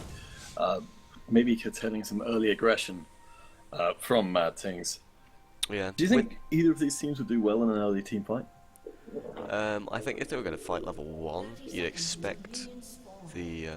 At Team Venice, it depends what spells they've taken. So, if they'd all taken their CC abilities, like Ari and Shen and Elise on the red side, then I think they would win, just because they have a lot of single target CC. They can very quickly burst someone down. But if they'd taken other abilities, then I think the blue side would probably have slightly more damage. Although Azir is pretty useless at level 1. Well, I suppose as well, if Kevin was to take the cocoon, presumably unless they did secure those kills early on, would be quite damaging to the clear speed. Yeah, you'd certainly think so. I was going to say something, and now it's just completely gone out of my mind. Oh yeah, I'm kind of surprised that the Jinx and the Janna aren't lane swapping here. I think Shen and Maokai are both decent enough in a double jungle scenario. They could have gone for the lane swap into the 4v0 start, which then gives them obviously early tower that kind of it means that the Jinx isn't going to get bullied out of laning, and it means that she can farm up to a reasonable standard without having to actually have a lane opponent at first. And then you're also always you've always got the chance of sometimes because it's not, you know, it's not exactly LCS level. The opposition team might not know how to react to a 4v0 lane swap. They might not realise what's happening and might leave their top laner up there and then get dived, and then that's a reasonably big advantage already for the red team if they had done that and they managed to get the dive and the kill. But they've decided not to do that, and that means that you're expecting really the Jinx to get bullied out of lane slightly by the Nautilus Corki. Well, I mean, there's certainly some very strong disengage there with the Janna. But speaking of lane swaps that aren't in this game, but are fun to talk about anyway. I suppose, are there any disadvantages to going for a lane swap strategy? Well, I think mainly like you've got the reasons you go for a lane swap are, so say for example, you're against like, there are multiple reasons you can do it. So if you're against like a Hecarim or something top lane, okay, people are telling me now in Twitch chat that MadTings were the ones that won the last game. Oh really? Yeah, they were. Why were you telling me it was AHS? Because that's what I've written looked down. at the. But... Yeah. Okay, I apologise. Okay, I do apologise. Oh. I've just. Oh, I don't know what's going on now. Just blame Peter. That's all I know. Oh, okay. Alright, well the fight's breaking out in top lane. Kevin going very low, is dropping the cocoon, which has really long stun time. Nice evasion on the javelin. Yeah, but they are quite low here. We are going for a dive. The fight continues, first blood going across the soldier. He's taking a lot of aggro from the tower, but not enough to put him away, while on the bottom lane, the fighting continues with a little bit of wind action, but nothing too serious. Byeong-sung may not be too long for this one, though. Lovely taunt there. Managing to stay alive, but using the tower aggro to fight 2v1 and doing pretty damn well off it. Not a lot of damage there from that javelin. Oh my god, that was close. Very, very risky tower diving from the blue team there. That was me. Once we got the Elise, I just said, right, let's get out. Just a bit crazy that. Yeah. So anyway, after that, we do see blue team coming out with a 700 gold advantage, and that is pretty much all of that dive. There's no huge CS leads anywhere. Mostly balances out. So yeah, that's all on that one kill pretty much. It was a well-played dive. We do see Elise, looks like she's hanging around in the mid lane waiting for a gank, but I'm not sure whether she's going to be able to get that off, as is playing quite safe at this stage. He has strayed a little too close though. Well, I mean, that's... Oh, of course, Dotati bringing the cleanse, managing, because, let's say, with the double crowd control, pretty enormous in the middle lane, but was able to cleanse out the one which he didn't. I don't know if he even intentionally avoided that first cocoon. It looked like he did. He certainly made like a sidestepping motion, sidestepped backwards, towards the Ari to get away from the cocoon. So certainly well played, whether he meant it or not. And then obviously using a cleanse to clear the charm and get out safely. Well played by the Azir there. Stays safe. Does have to burn his cleanse though. That may lead to a repeat gank if the Elise decides to go back around. But Nidalee. Well, speaking of ganks, KK could be in trouble. We do see the teleport coming in to try and provide some assistance down the bottom lane. And Rory's doing some decent amount of work while Kevin maybe preps for Dragon. Yeah, it looks like the Elise is going to be setting up for Drake. And that was while Nidalee was ganking the bottom lane. So Elise has taken that Skull Crab, and now I think she's just seen Nidalee around there. Oh no, she hasn't taken the Skull Crab. She's backed off, I think, which is a little weird. But there we go. Well, obviously, maybe she has a Skull plot Crab in was mind. too strong. That's true. They are pretty feisty. Yeah. Well, I mean, still, other than that, early level 1 fight, not level 1, the early tower dive, sorry, in the top lane, not much has happened. Like, it's pretty even in CS. We've seen a couple of summoner spells blown, but not much else really. Well, which team does it favour, this kind of like more passive style of play? Well, it's difficult to call. I mean, obviously, both teams have a sort of a late game hyper carry in Jinx and Azir, and then both teams have relatively early game jungler in Elise and Nidalee. They both have pretty good scaling tanks in the top lane with Shen and Maokai, and they both have a mid game carry in like Ari and Corki. So I don't know, I mean, it's pretty tough to call. The main difference really is in the support, where one team has like this crazy tanky engaged support, which does have, he has lots of appeal, but he's probably slightly stronger at engaging, and Janna's stronger at disengaging when you compare the two. And obviously Janna's a lot squishier, so easier to catch out probably. Well, I mean, maybe it's possible I'm sort of misunderstanding what the Amir's has specially going for here, but it would seem like perhaps the supports would be better suited to the opposite teams. I'm not sure. I think with the kind of the Shen Janna combo, that's like, it's a really nice combo to have there on the Jinx late game. It's going to be difficult for the Azir to match up to that in terms of Jinx is going to be able to play slightly more aggressive, just because she has the protection of two other teammates there, whereas Azir, he has some peel from Maokai, he has some peel from Nautilus, but it's not quite as good as the peel you get from the Shen and the Janna. So. Well, the pressure continuing to be applied to MadTings's bottom lane. We are seeing a sneaky roam from Sheldor. I was trying to read that one, but it seems to have been cut off by Tati for now. Yeah, it's a decent position for Azir. Okay, that's really annoying. I think the Gatling gun sound is glitched on Corki, so it's permanently on. Ah, that's unfortunate. I've heard of that one. Yeah. Oh yes, Yep, it's doing it on mine as well. Well, at least I it's apologise to anyone on the stream for that. it's Chinese New Year all the time. Yeah. Oh, Melon does get caught by the Flame Chompers there. The Isla Storm there, nice knock up the combo. The Super Mega Death Rocket does not connect though. We do see a support Elite who comes in, gets the stun, and gets the kill for Nagi. But here comes the counter-gated teleports being brought in, brings in Soldier, and surely not long before Byeong-sun comes in and cuts off Soldier's aggression. Soldier may not even get out of this one alive. Nice damage coming down, but Soldier with the flash is put away. Yeah, that was it was a decent teleport from Maokai, but I think once he'd kind of seen that the Nautilus was going to die, there was no way he could save him. He probably should have backed out on that one. Obviously Shen has the Stand United to get there himself, and even then, like, Shen has used the Stand United, he can now, if he has to, teleport back to top lane, but it doesn't even look like he's going to have to do that. He can probably just back off and walk back to lane.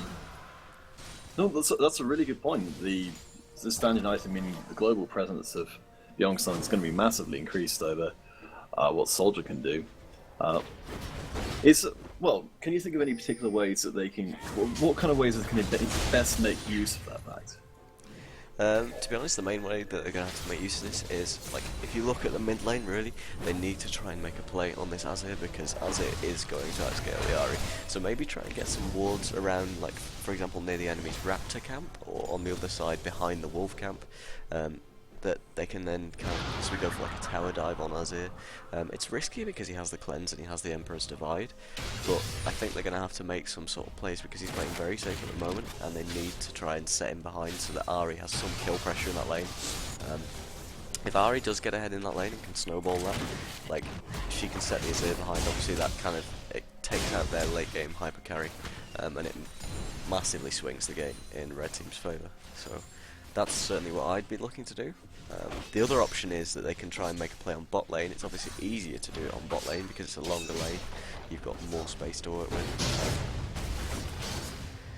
But it just depends whether they can, like, where they can actually get them. Oh, well, KK, yes, being aggressive, drops the monsoon. The flash deny there. Nuggy is taking quite a lot of damage as well. But as of yet, Amir's had special not being able to close the deal in the bottom lane. Yeah, that's well played from the bottom lane of MadTingsGG there. You know, not kind of panicking and flashing instantly from the Janna. She waits until she knows she has to use it, and then she's like, right, Corki fires the rocket, and she dodges it, and then manages to sidestep the Nidalee Spear 2 to get out alive. And they don't even have to go back to base from that one. They had enough health remaining that they just decided to stay in the lane. Well, I'm looking at the item choices in the top lane. Looks like going for a Spirit Wizard, very defensive. Well, very defensive on both parts, but it looks like soldiers. Oh, never mind that. Nuggy's in trouble. Getting poked out very much. Focus bomb as well, but the aggression being turned back. Melon does not obey his zap, but looks like he's going to get away because the camera is telling me he does. Yeah, and well, someone is not though. Youngson being aggressed onto the mark there. Enough damage to get Soldier the kill and equal up the kills between the teams. yeah, so for some reason Shen decided to try and use the Stand United onto the Jinx, like in full vision of Maokai. So Maokai obviously just uses Twisted Arm Dance to cancel that, and then that leaves Shen with a massive cooldown on his ultimate, having achieved not very much from it. A little odd, and then we see Nidalee going up and managing to turn around that little duel they were having and get Maokai a kill there. And I think she needs to do more of that, really. Yeah, the easiest way to beat a Shen team is you go and focus on the lane that Shen's in. So here he's in the top lane, you want to go and get your Maokai an advantage. Obviously then Maokai can abuse that teleport advantage, but if you say, you know, say you are Nidalee, and you're like, right, I'm going to get this bottom lane. Well, you're never going to get a 3v2 after Shen's hit level 6, because he's always going to be ready to use that ultimate on the Jinx and turn it into a 3v3. And the easiest way to prevent that from happening is go and kill the Shen, because you're always going to get a 2v1 unless the Elise has seen you go in there and gets the counter. Well, that makes a lot of sense. I know that certainly when I've been playing solo queue games, it can be a struggle. Oh, nice catch! Kevin going up high, but he's going to have something to greet him when he comes back down again. Soldier gets another kill, and now it's actually Amir's house special pulling into lead. It's 2 minutes to the next dragon though, so this may not be a decisive factor. Yeah, and that is a righteous glory completed now. Oh, Nuggy! Nuggy's in trouble. The monsoon is going to keep Nuggy safe, or is he? The flash having to be blown, and the teleport coming in the bottom lane as well. Yeah, that was a very, very odd choice from Nuggy there, going way too close, and Janna and Nuggy left really low after that one. They're going to have to concede a lot of pressure in that jungle. It's getting completely warded up now by Amir's house special. Loads of vision down there. They're going to take away that bottom turret too, it looks like. So that's really good with the dragon coming up in just 1 minute 15. It just allows them a lot of pressure on that side of the map. But Ahri could be caught out here. No, they're going to. Well, it looks like the Spirit Rush makes it so slippery.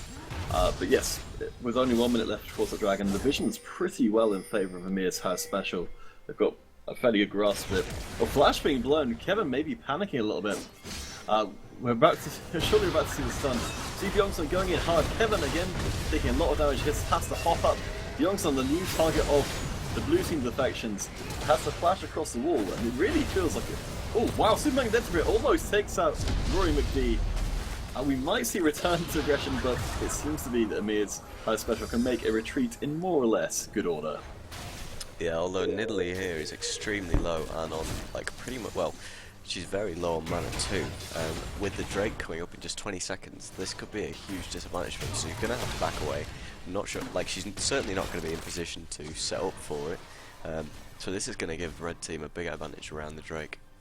But it's whether they can then press that and actually take it away, or whether blue team has enough of an advantage to just completely force them out, even though they haven't had the time to set up. Well, I mean, it's looking pretty good for MadTings right now. They've got all the vision they need in the relevant places. They've got the Scuttle Crab. We've not... Amir's Power Special, it's really, I think, look like they're too far out. Unless they can get a cheeky steal, they cannot.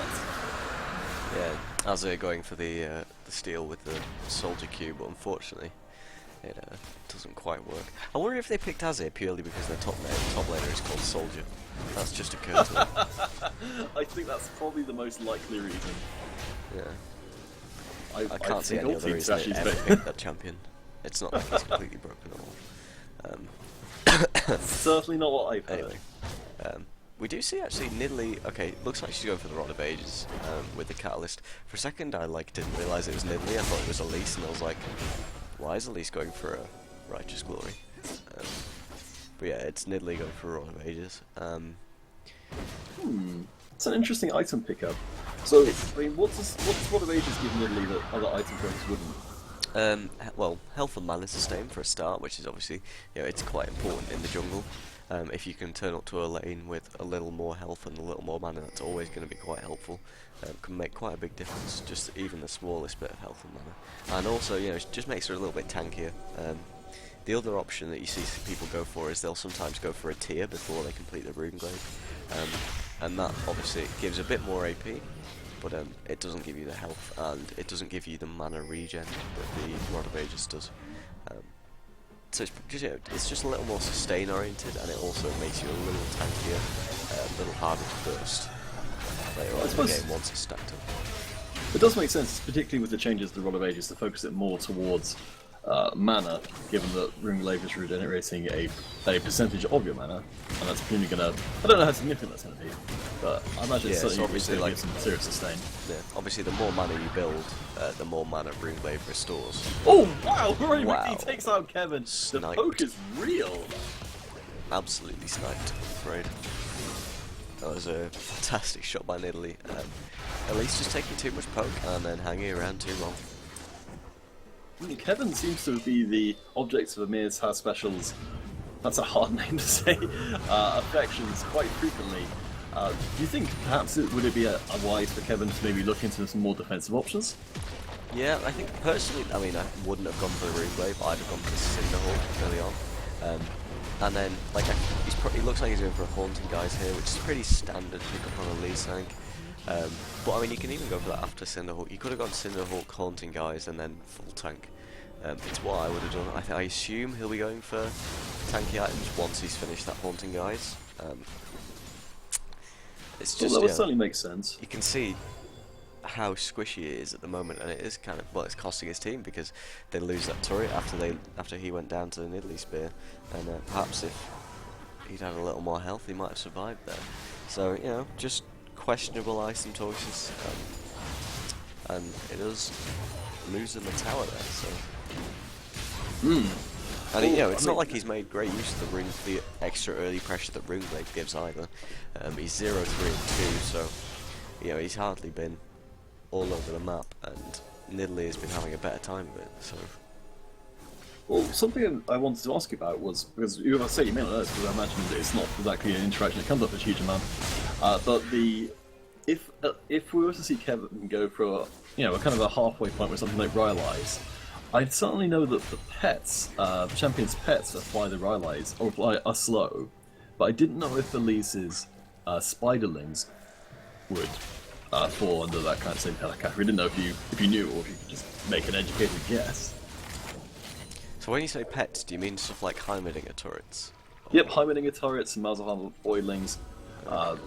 It sounds like you haven't come across this before, which is fine. No, I was just double checking what you meant. I assume they would if Malzahar voidlings would.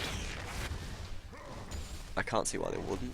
So, and that would Well, I also mean, mean, that's a- I assume that would also mean they proc Leandri's passive. I don't know, to be honest. It's worded a little strangely. I think it's spell damage. We do see Elise though putting pressure on the Maokai here. Just Soldier getting chunked down really low, even with the Maelstrom there to cut a lot of that damage out. He's able to get back to the turret, but it's, I don't know, maybe too low to stay in lane. Looks like we're going to see the recall. Yeah, it doesn't really gain too much off that, obviously not being able to pick up the kill. And that's even more bad news for Elise, because it means she's now in a state where she can't go and get her top laner ahead or create an advantage for a top laner. And that's one of the most important things for junglers to do in the current meta, with the TP being so strong, obviously. It looks like that's a Maokai TP though. They're going for the flanking on the bottom lane, but red team actually backed away. The TP forces them off the tower, and this could be a tower picked up for blue team here. Amir's special. Yeah, Amir's house looking very, very strong. Though they have run out of minions, so it might be, I don't know, it might be that MadTings are able to keep, if they can keep clearing that minion wave, then presumably the tower will be safe for a few more moments. Yeah, but with the Corki there, with this Triforce completed, that tower is going to go down eventually. He just has to kind of keep, firing rockets at the team, sort of just using his Sheen auto attack on the tower, and then he can sort of back off again. And as the next mini wave comes in, fire a couple of rockets, get a couple of Sheen auto attacks off on the tower, back off again, and just keep rinsing and repeating until eventually the tower's dead. And it's, looking at blue team there, sorry, red team. Until the Jinx manages to scale up and get a few more items, they are kind of struggling for wave clear, with Ari being the only one who really provides a decent amount at this moment. Jinx needs a couple more items, but all her rockets will really clear the waves very quickly. Well, the first dragon of the game for Amir's house special. Lovely Soldier going across the wall, following with his Tristan Lance. Nice catch onto KK, who's trying to get away, blowing the flash. We're seeing some running offensive. Another Maokai. Tristan Lance going through the wall. May regret this though. Has the flashback across. Lovely knock up there. Some counter aggression coming out. Super Mega Death Rocket just connected with the feisty one. Doesn't do too much damage. The young son is providing the front line, but is getting chunked down. He's taking on the entirety of that team.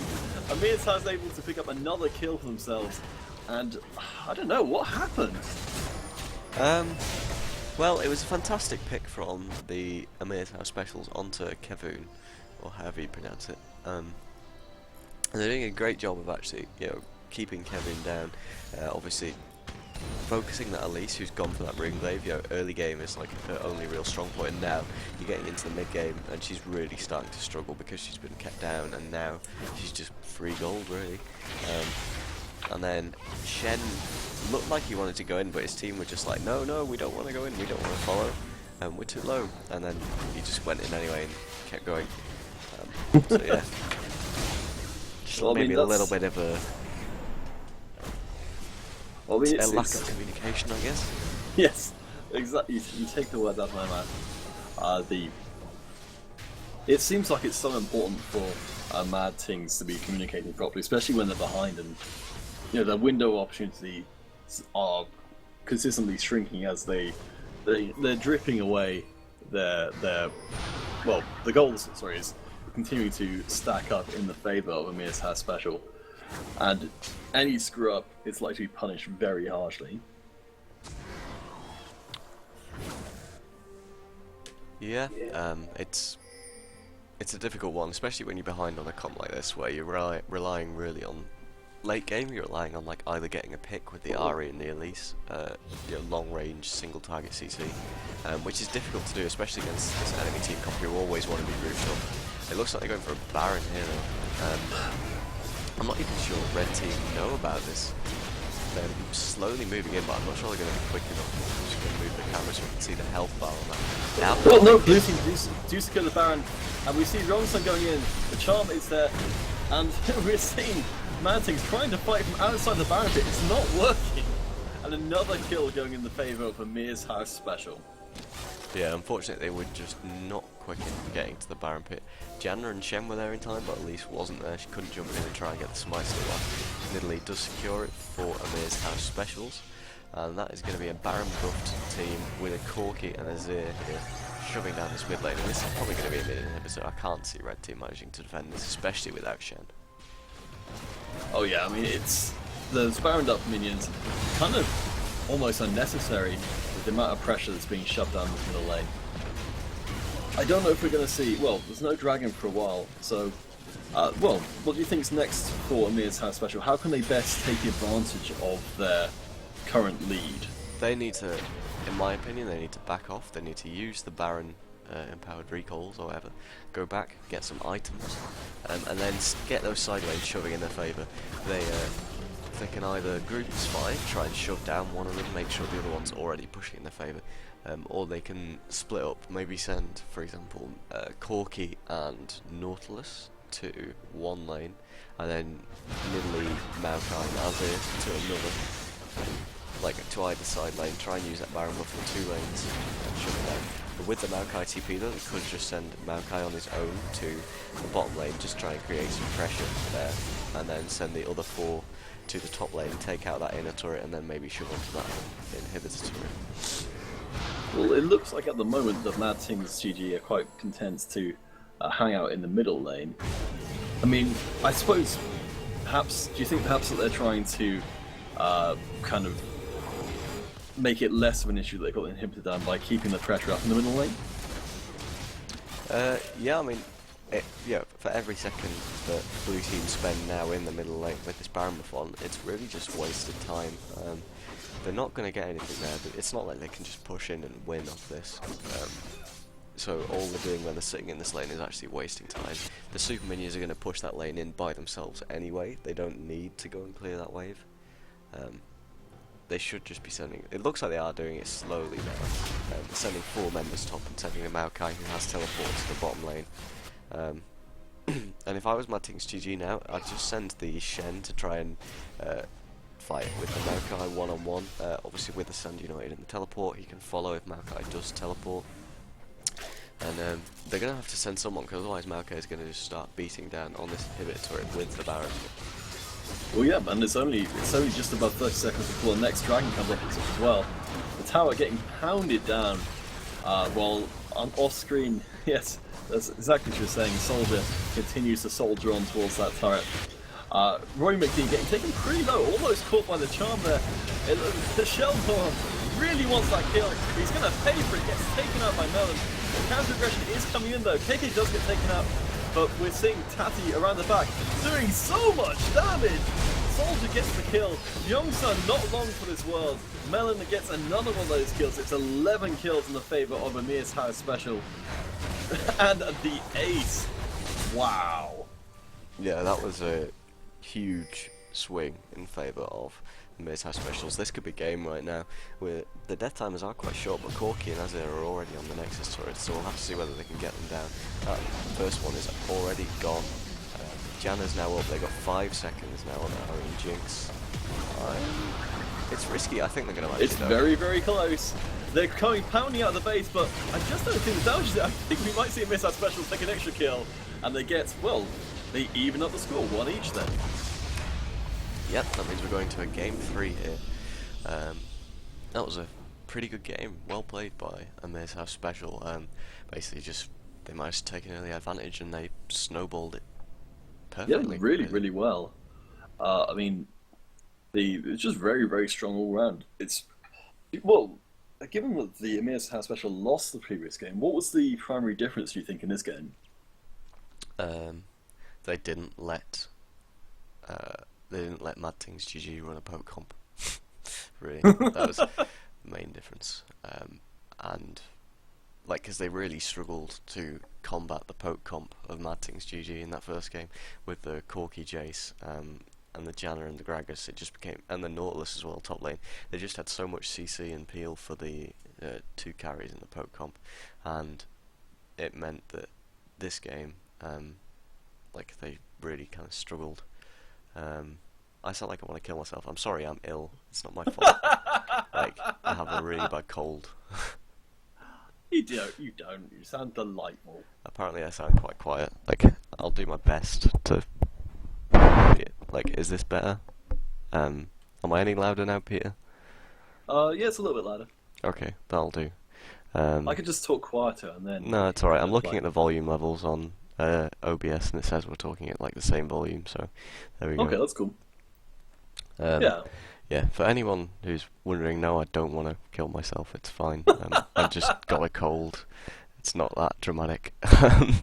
Anyway, as I was saying, everyone's concerned for you. They are concerned. Yeah. Of course, this is the internet. as I was saying, yeah, basically it just didn't let them have the poke comp with all that crazy disengage, and that meant that they didn't have to try and engage on those two carries who were being so well protected. In this case, they had a Jinx to get and an Ari to get rid of to really win those fights, and in fact they didn't really even need to. They just kind of kept catching Elise and then worked from there. So obviously, when you 5 versus 4, it's not too hard. In this third and final game of the semi-finals, which is going to determine which of these teams goes to face the curiously named Len Willump in the finals, do you think, well, given that the team which has had the poke competition has won both games, are we going to see the poke competition banned out, or are both teams going to try for it again?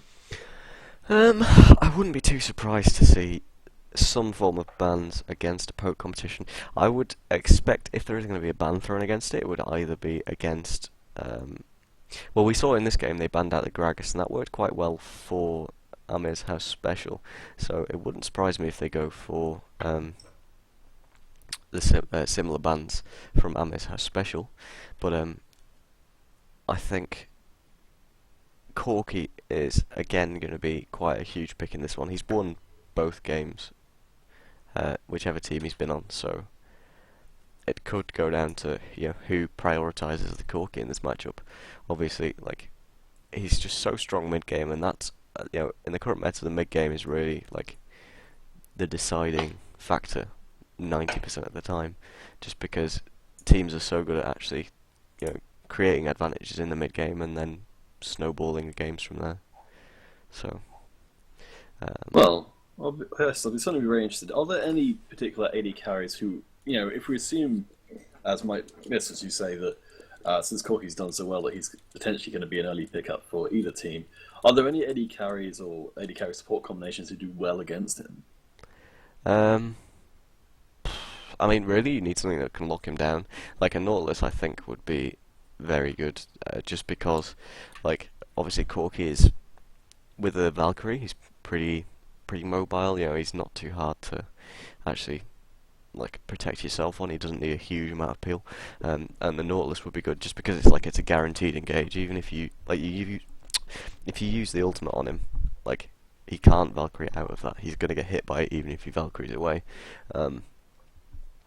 And I'm very quickly gonna have to leave you because I need the toilet That's for right. this next game. So I'll be right back. I will ramble to keep the darkness from creeping in. The darkness which is always at the edges of our minds. So how's it going into tubes? KK win. Oh man. What does that symbol even mean? Turbo? Turbo user? What's a turbo user? Is that one who just goes faster? I don't know. I guess it'll make sense. Well, so this is going to be the third and final game of this particular semi-final. Assuming that I haven't got confused and remembering the wrong people, the winner of this game, as we've said before, is going to go up against Len Willump, which I assure you is a real team, in the finals for a big pile of probably RP, maybe some sandwiches, maybe just the love of their fellow competitors. Who knows? It's a little hard to tell. Lemony Llama, Adam just off before a brief break, and he came back. Man, that was fast. At least I think he's back. Or it could be a spoopy ghost in his room moving things around. I'm sorry, what? Oh, there you are. Not a spoopy ghost then. Yeah, I'm back. Hi guys. Oh, hey, how was it for you? What? So, moving on. The teams are in. I believe they're probably just waiting for you to come back. So I guess we should be starting pretty soon. I'll tell them we're ready then. Oh my god. My nose is like... It's like the London Tube on a weekday morning. Yeah, it's just full of people. My nose is full of people. That's definitely what I meant. Exactly. Yeah. Well, I mean, obviously, it's a high demand. No way, I'm not going down that road because it sounds a bit weird. Obviously, not as weird as talking about pooping or spoopy guys, but it sounds like at least some of the people in there are ready. So maybe that's good enough to get into a champion select. Zoe's very excited. She's like, good luck, good luck, good luck, good luck, good luck. Have fun, have fun, have fun, have fun. She really wants people to be both lucky and have lots of fun, apparently. Well, perhaps we'll see one and or both in this game. I've just noticed we've had a sub. So Byung's Sun has disappeared, and we have instead got Kangi in the top lane. Oh wow.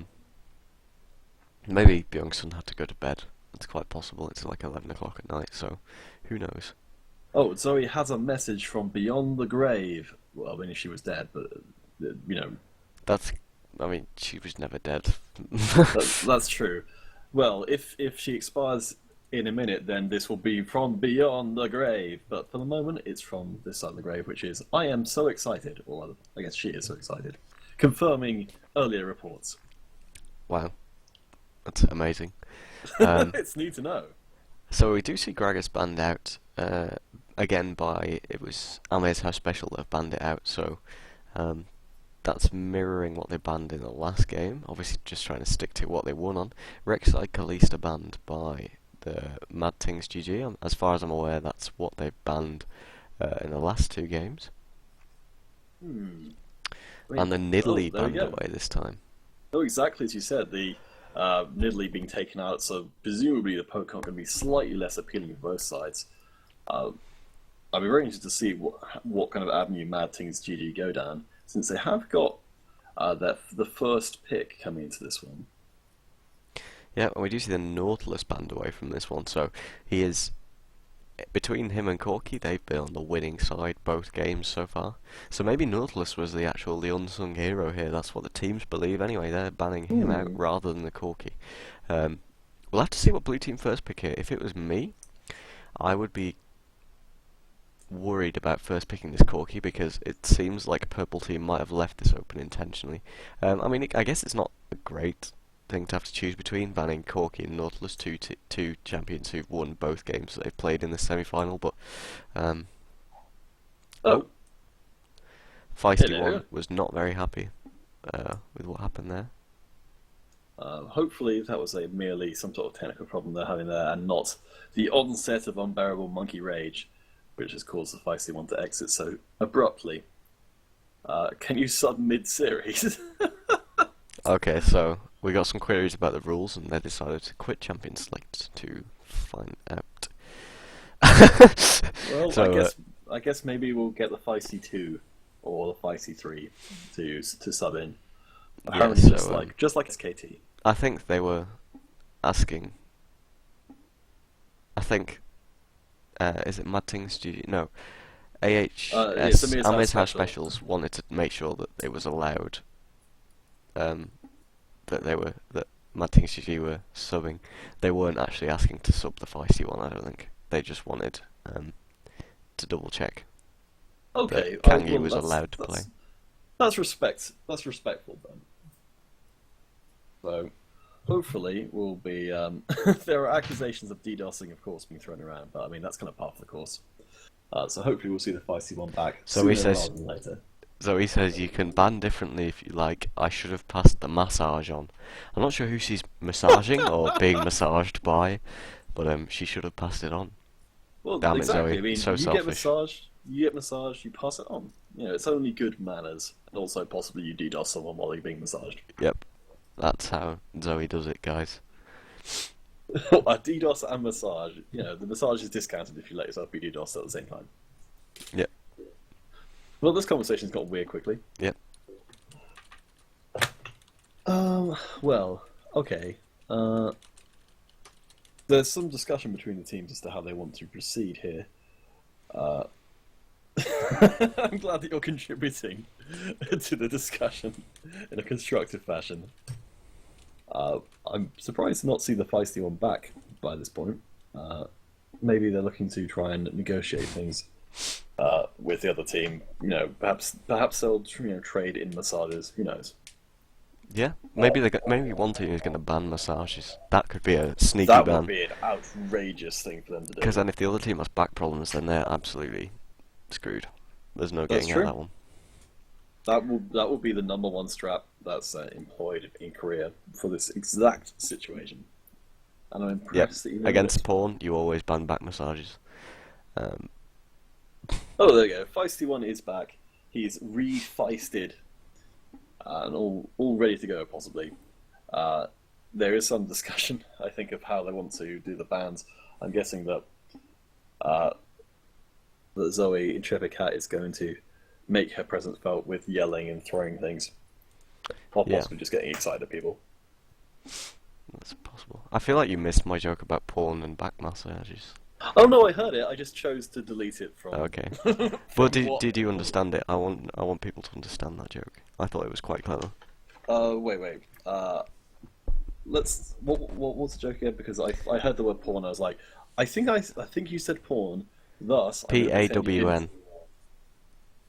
You always ban back massages against Pawn because he was he had to go to hospital because he had some issues with his back or something. He's the EDG mid laner. Oh, I thought you meant the other kind. Okay. Yeah, I did not mean the other kind. I meant the LoL player. Do you perhaps see the source of my confusion there? Yeah, but I'm just surprised you didn't know there was a LoL player. Oh no, I'm aware there is a LoL player called Porn. I just didn't realise that's who you were talking about. Well, this has been a awkward conversation for everyone involved. Let's hope it's not recorded on the internet. I think we're just about to start. It's a little bit confusing what people are saying. They seem to just be having a long conversation about this rather than getting on with it. Yeah.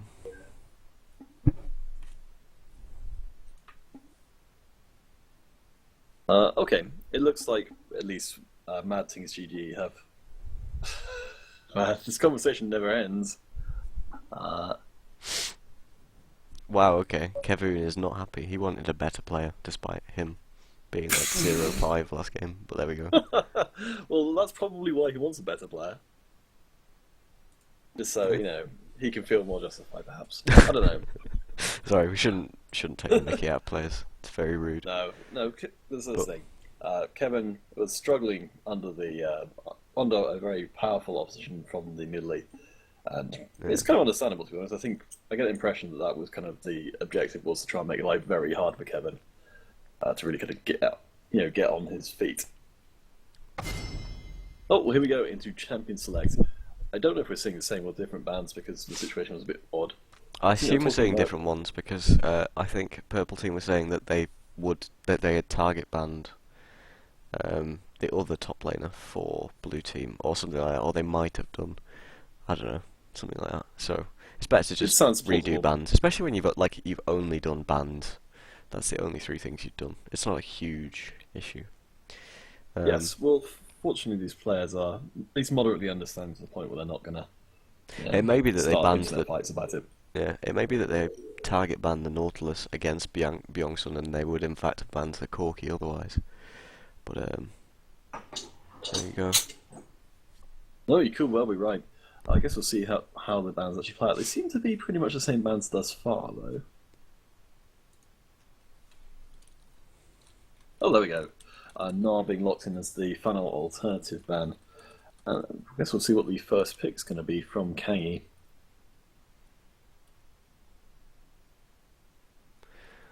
Yeah, so Nar was played in the first game by... I think it was played by Soldier, actually. Although, I'd have to double check. I think you could be right. Sure. Oh, Aurelia being brought in as the first pick. Okay, so this is completely different to the previous games. We haven't seen this before. What do you make of the Aurelia first pick? I mean, is she flexible enough to stand up against any top lane opponents, or is there a risk of her being counterpicked? Well, there is the risk of her being counterpicked, but depending what the enemy's taking their mid lane, you could send that Aurelia to the mid lane. we have seen her being picked there recently in a few different professional leagues. It's dependent on matchup. You can't blind pick it mid lane really, but it is technically a flex pick for now, until we see more. Although you would assume it's going top lane. Well, to be honest, I haven't seen too much of Aurelia in the mid lane. Who does she tend to do well against?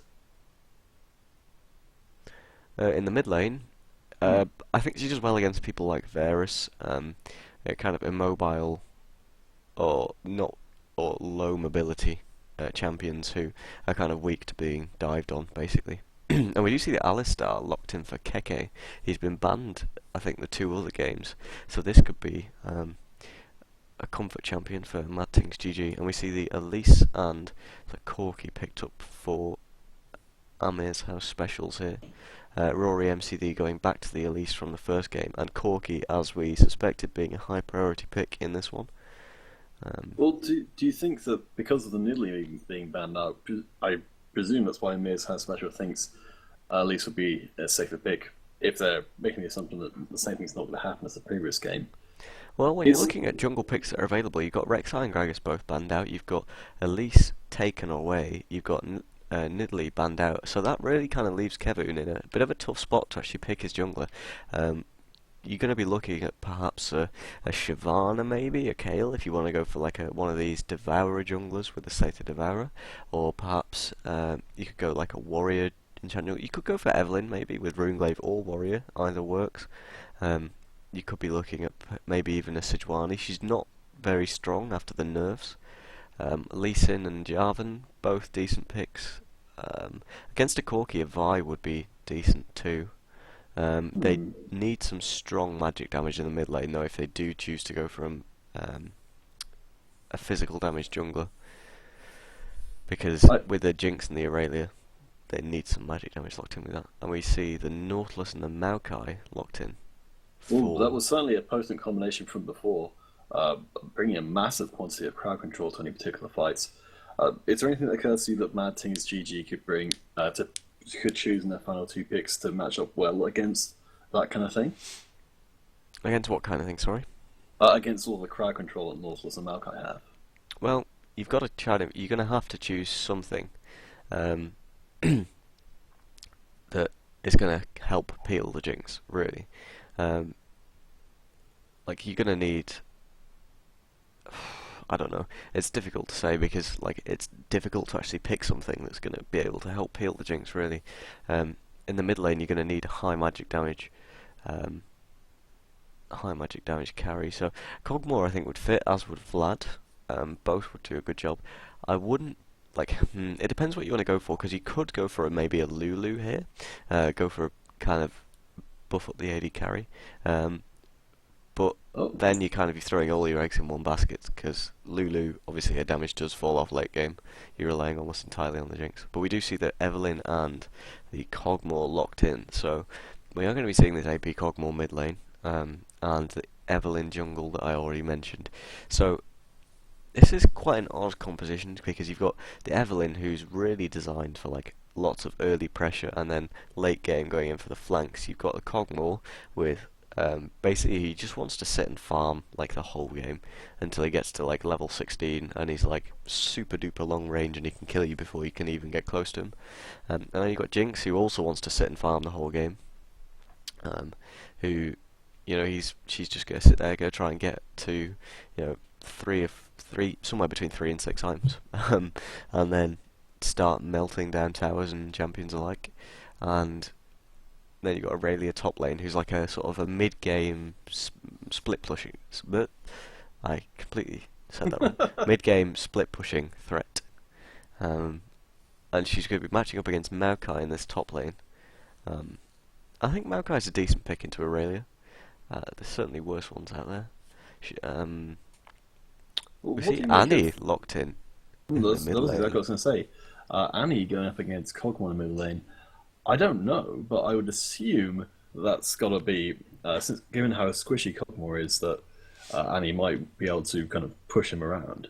Yeah, I think this is purely like based on, okay, they've got a Jinx and a Cogmore, we want to blow them up. If Annie can get a Tibbers on one or both of them late game, just absolutely wreck them, then we do see Cogmore actually switching to the cleanse for that exact reason. Doesn't want to get it like insta-gibbed by the Annie. But one problem I think Purple Team are going to have here, same as last game, they're going for the Corki AD carry, and he's their only physical damage. And he's only about 50% physical damage, really. It's just a kind of a compositional mistake, I guess I'd call it. Like, he's obviously a strong pick, and I think in the right compositions, he's obviously, like, he's probably the strongest AD carry at the moment, but I don't think it's the right AD carry for this composition. I think if you're going to have the Corki AD carry, you need another source of physical damage. Corki doesn't provide enough just by himself. Yes, a good point being made by, this is my third login in chat, saying that that we may well see a Locket of the Iron Solari coming down for MadTings for exactly the reason that we've got a huge quantity of magic damage on Amir's house special.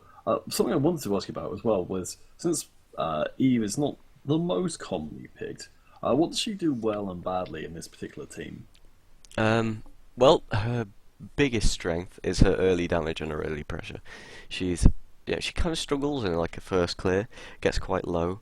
I've played her a fair bit, with both Runeglaive and with Warrior, and even with Mages back then, back in the good old days. It wasn't that long ago. And she's quite strong, really. She's not amazing. She is very reliant on snowballing, but she's very easy to snowball on. She does have really, really good early game damage.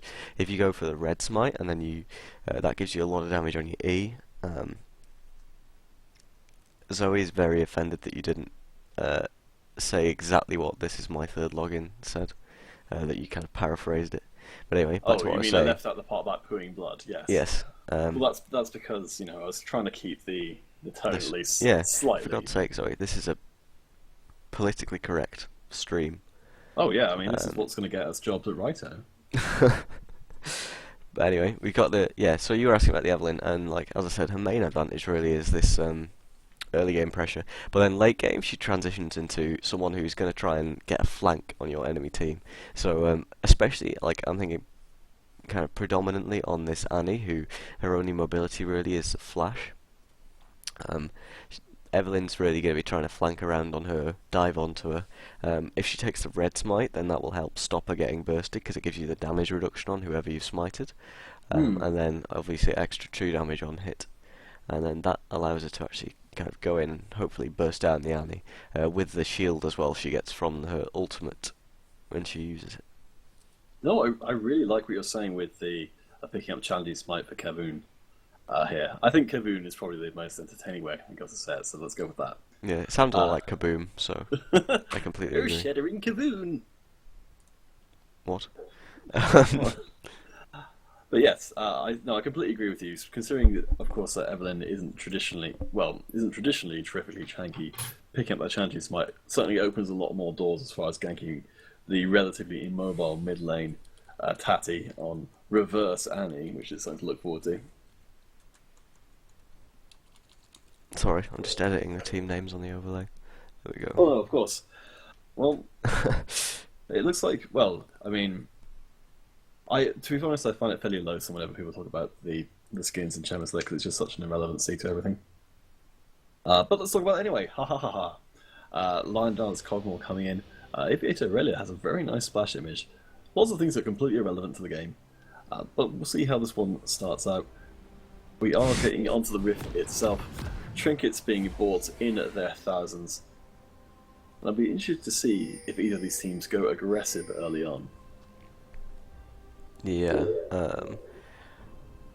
Okay, so we actually see Makai picking up a Doran shield start. Usually you'd see the Doran's ring rather than Doran's shield, but obviously he's kind of worried about this Aurelia.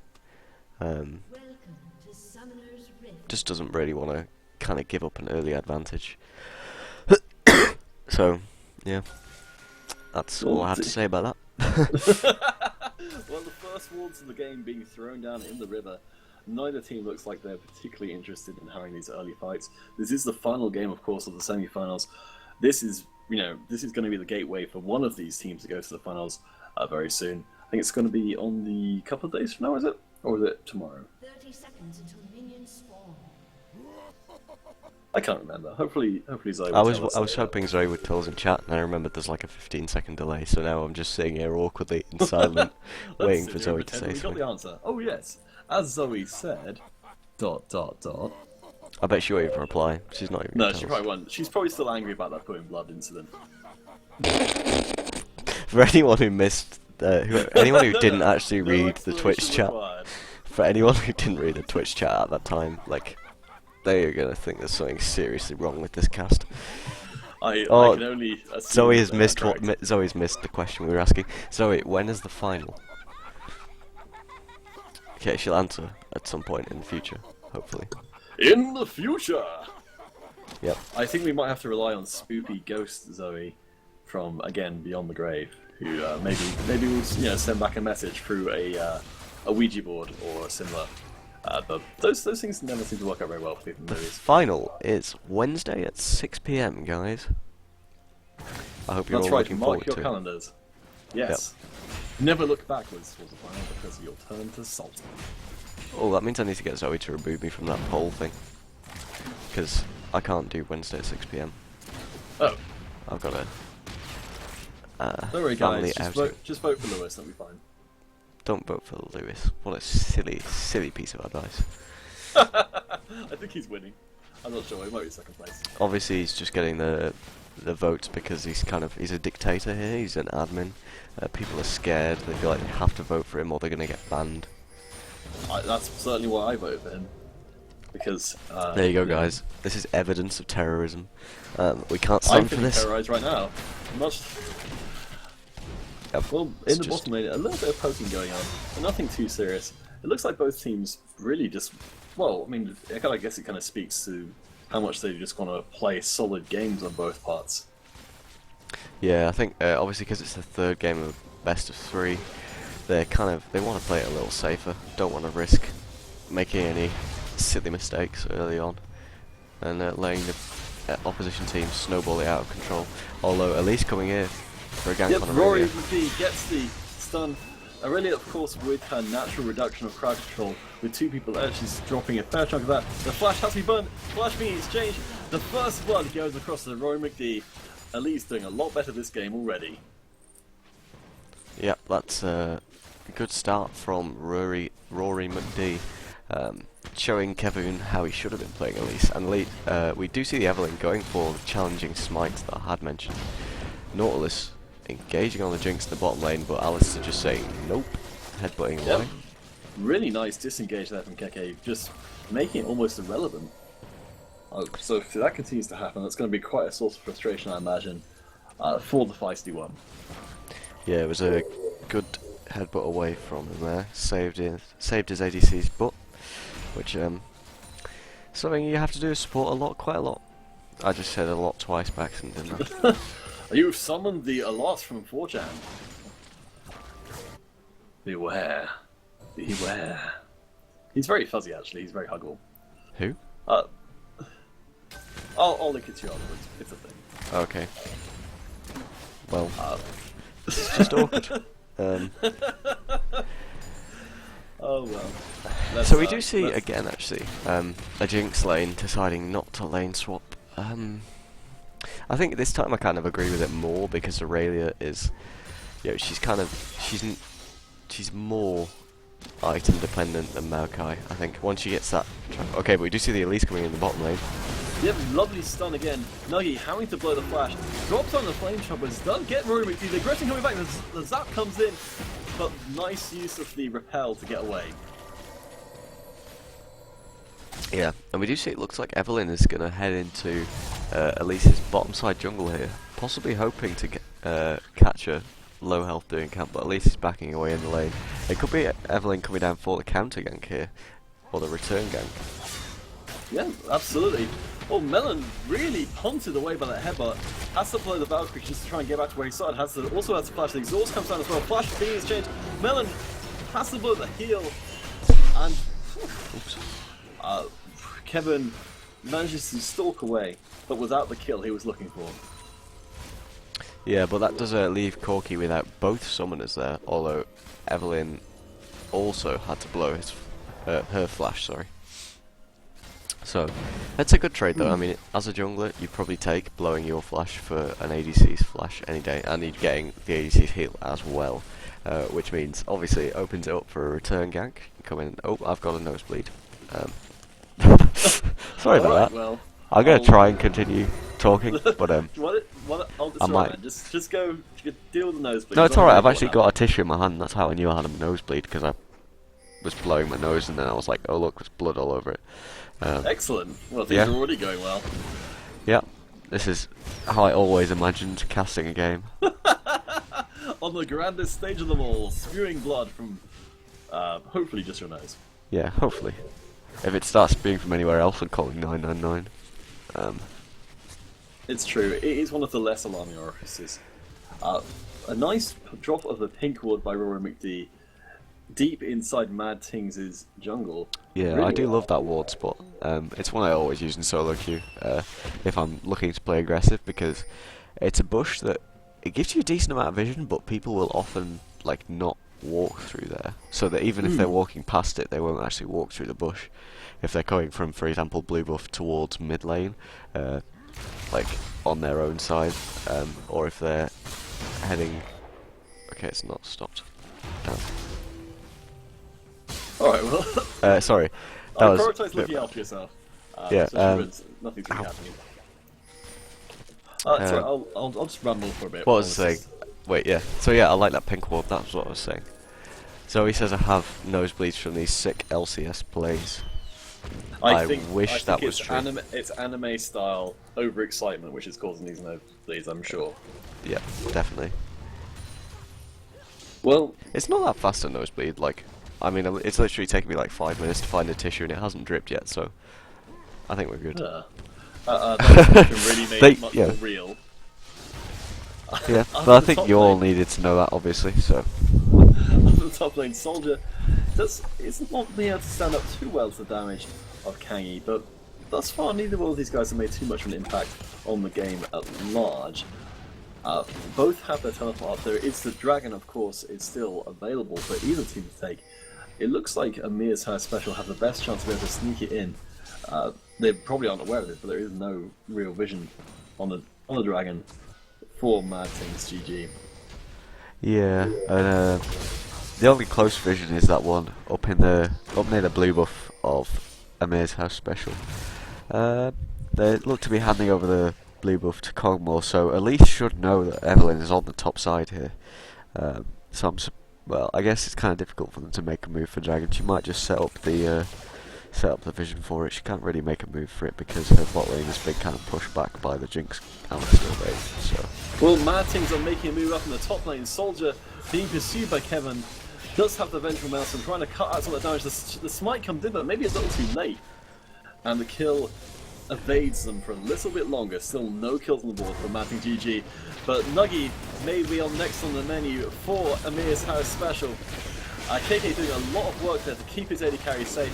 Nuggy, there we go, we've got the Red F coming in with the teleport, has to back out as well.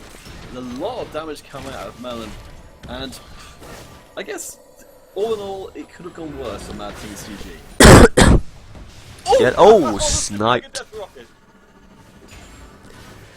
Rory McD getting a taste of his own medicine there. Last game he sniped Kevoon with a Nidalee Spear. This game he gets sniped with a Jinx Rocket. Truly justice is served upon the fields of justice, unless we're not supposed to talk about it anymore because they retconned out of the law. I'm not sure. Oh, it's just too confusing for me. I've given up on the law. That's why I've just, in my own clan, I've permanently disabled gangplanking when he comes back. Wow, a lot of damage coming out there from Tati. Well, I'm kind of surprised at this stage. I don't know if it's at all some of you to have not seen that many kills in this game so far, given how explosive some of these characters are. Yeah, obviously Evelyn and Elise, both two really early pressure junglers. You'd expect this to be the highest kill game early on of the three we've seen, really, with the junglers that we've got, but not so far, I believe. I'm not sure. I haven't been timing it, unfortunately. But Sorry if I'm talking very slow. I'm just getting myself another tissue. It's alright. Try not to bleed to death mid-cast, because that sets a bad precedent. Sets a bad precedent for what? Everyone else will be like, oh man, my leg's been chewed off by an alligator. It's like, well, you remember that time when Adam did it with a nosebleed? Like, well, I guess. Gosh. Remember that time Adam bled to death during a cast? You have to show the same level of commitment. Exactly.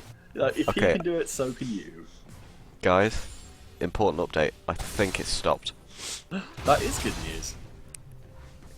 If I get I hope so, because if I get blood on my Fnatic shirt, that would be Kane could be horrible. in trouble here. We're seeing the junglers both coming in both sides, but Kane gets absolutely annihilated. Kevin is going to try and get away, has to blow the flash. Soldier there, threatening to take this even further if Kevin does not back away. Very dangerous situation for Kevin to be in. Yeah, Evelyn going up for the gank there, and just a little behind Elise, unfortunately. Elise quicker on the mark. Gets up there, gets to the top lane, another kill. Oh, actually, well, I'm not sure whether it was Elise that got the kill on that one. They've shared them 1-for-1 so far. And, Sheldor in trouble, gets knocked up, gets stunned, and tries to put some aggression back onto Tati. Nuggy in the bottom has to put the flash, being Valkyried after, getting absolutely torn through. Melon makes it look easy. yeah, but Tati gets out on low health though. Lucky there's no one around to finish him off. And Well, Keke, yes, it's definitely there. But there's a lot of pressure being applied to this middle lane now, and I don't know if they can necessarily hold it. yeah, interestingly, Annie is going for a Luden's Echo first item, so none of this silly, mana regeneration or sustain or anything like that. She's just going all out. I want to pop someone. So presumably, if we're seeing going for the Luden's Echo first, well, I guess it's going to give her. No, I was wondering if she was going to buy another ability boost because the 10% movement speed from Luden's Echo combined with the boots and mobility means that she can really roam like crazy. Yeah, she's going to be getting some good roams on, but she needs to make the most of that. She cannot afford to just sit in a lane with Kog'Maw after getting those mobility boots. She needs to try and use those to the best of her ability. Try and get some plays going on in the bottom lane. With the teleport advantage that the Maokai currently has over Aurelia, you'd expect to see it heading down soon. At least, well, it looked like she might be heading down, but she's actually going to change her mind and just get back away. Has gone for the Runeglaive again, so that's 3 out of 3, and we see that Evelyn has also gone for the Runeglaive. I think the gank which went so badly up on the top, at the time at least, Kevin didn't have his Runeglaive, whereas Rory did, and I have to think that's going to make the difference when it comes to chunky down damage. Yeah. Sorry. Like, Sorry, I kind of zoned out because I was like making sure I hadn't Loss of dripped blood? blood anywhere. if you Obviously, it's collapse- like loss of blood has made me go faint. I've no longer got any concept of time or anything. That's fine. Well, in a similar way, which the people on Twitch are talking about sorting people, if anyone knows, where llama is located, and he does in fact collapse due to blood loss, I'm sure we'll send a SWAT team to help you out. Yeah, do you see the Unbreakable Will popped from Alistair there as he gets caught out? He's not going to be able to turn that around, so slight advantage gained for the red team, and they have managed to catch the Kevoon here, but Alistair headbutts them away. Oh wow, so much damage coming out there from Sheldor. Finally, really getting to see, exactly as you said, it's taking some time to wind up, but the damage is pretty good, and KK again doing so much work to keep his team safe. Yeah, so Sheldor's starting to get a little bit of damage. It doesn't really ramp up until he gets that Luden's Echo. So he's got the tier, he's got the Salt Shoes now. He's just waiting for a little more gold to get the Aether Wisp and then finish it into the Luden's Echo. That is the Drake going down for the red team. For Amir's House Specials, I believe, yeah. Oh, Sheldor in trouble. Does manage to get away, but Kevin again, the target of aggression. Sheldor, can KK save him? Absolutely not. And Tibbers tanking up all of that tower aggro. It's not looking great for MadTingsGG. Yeah, Amir's House Special is doing a great job of abusing that lead that Elise and Maokai managed to get. They're basically forming a crazy roam squad, um, just going around with the Nautilus, taking people out basically, getting advantages in all of the lanes, and then using that to take out turrets. And then this has opened up the map now. They've taken the mid outer. This means that they can start invading into the MadTingsGG jungle and start ruining Kevin's life even more. He's Kevin already is been having a bit of a definitely tough time. And He's a punching bag of these games. yeah. So Elise is going to be able to start invading even more. You can see already they've got some fantastic deep vision, especially around the bottom side, which obviously helps them a lot with Drake control. They're going to be looking to get even more of that. Kevin can start going in if they see. It's not Kevin. Rory MCD can start going in if they see Kevin on low health on any camps. They can perhaps try and catch him out. Obviously Evelyn can get quite low when clearing, so. Oh, I'm really sorry about that.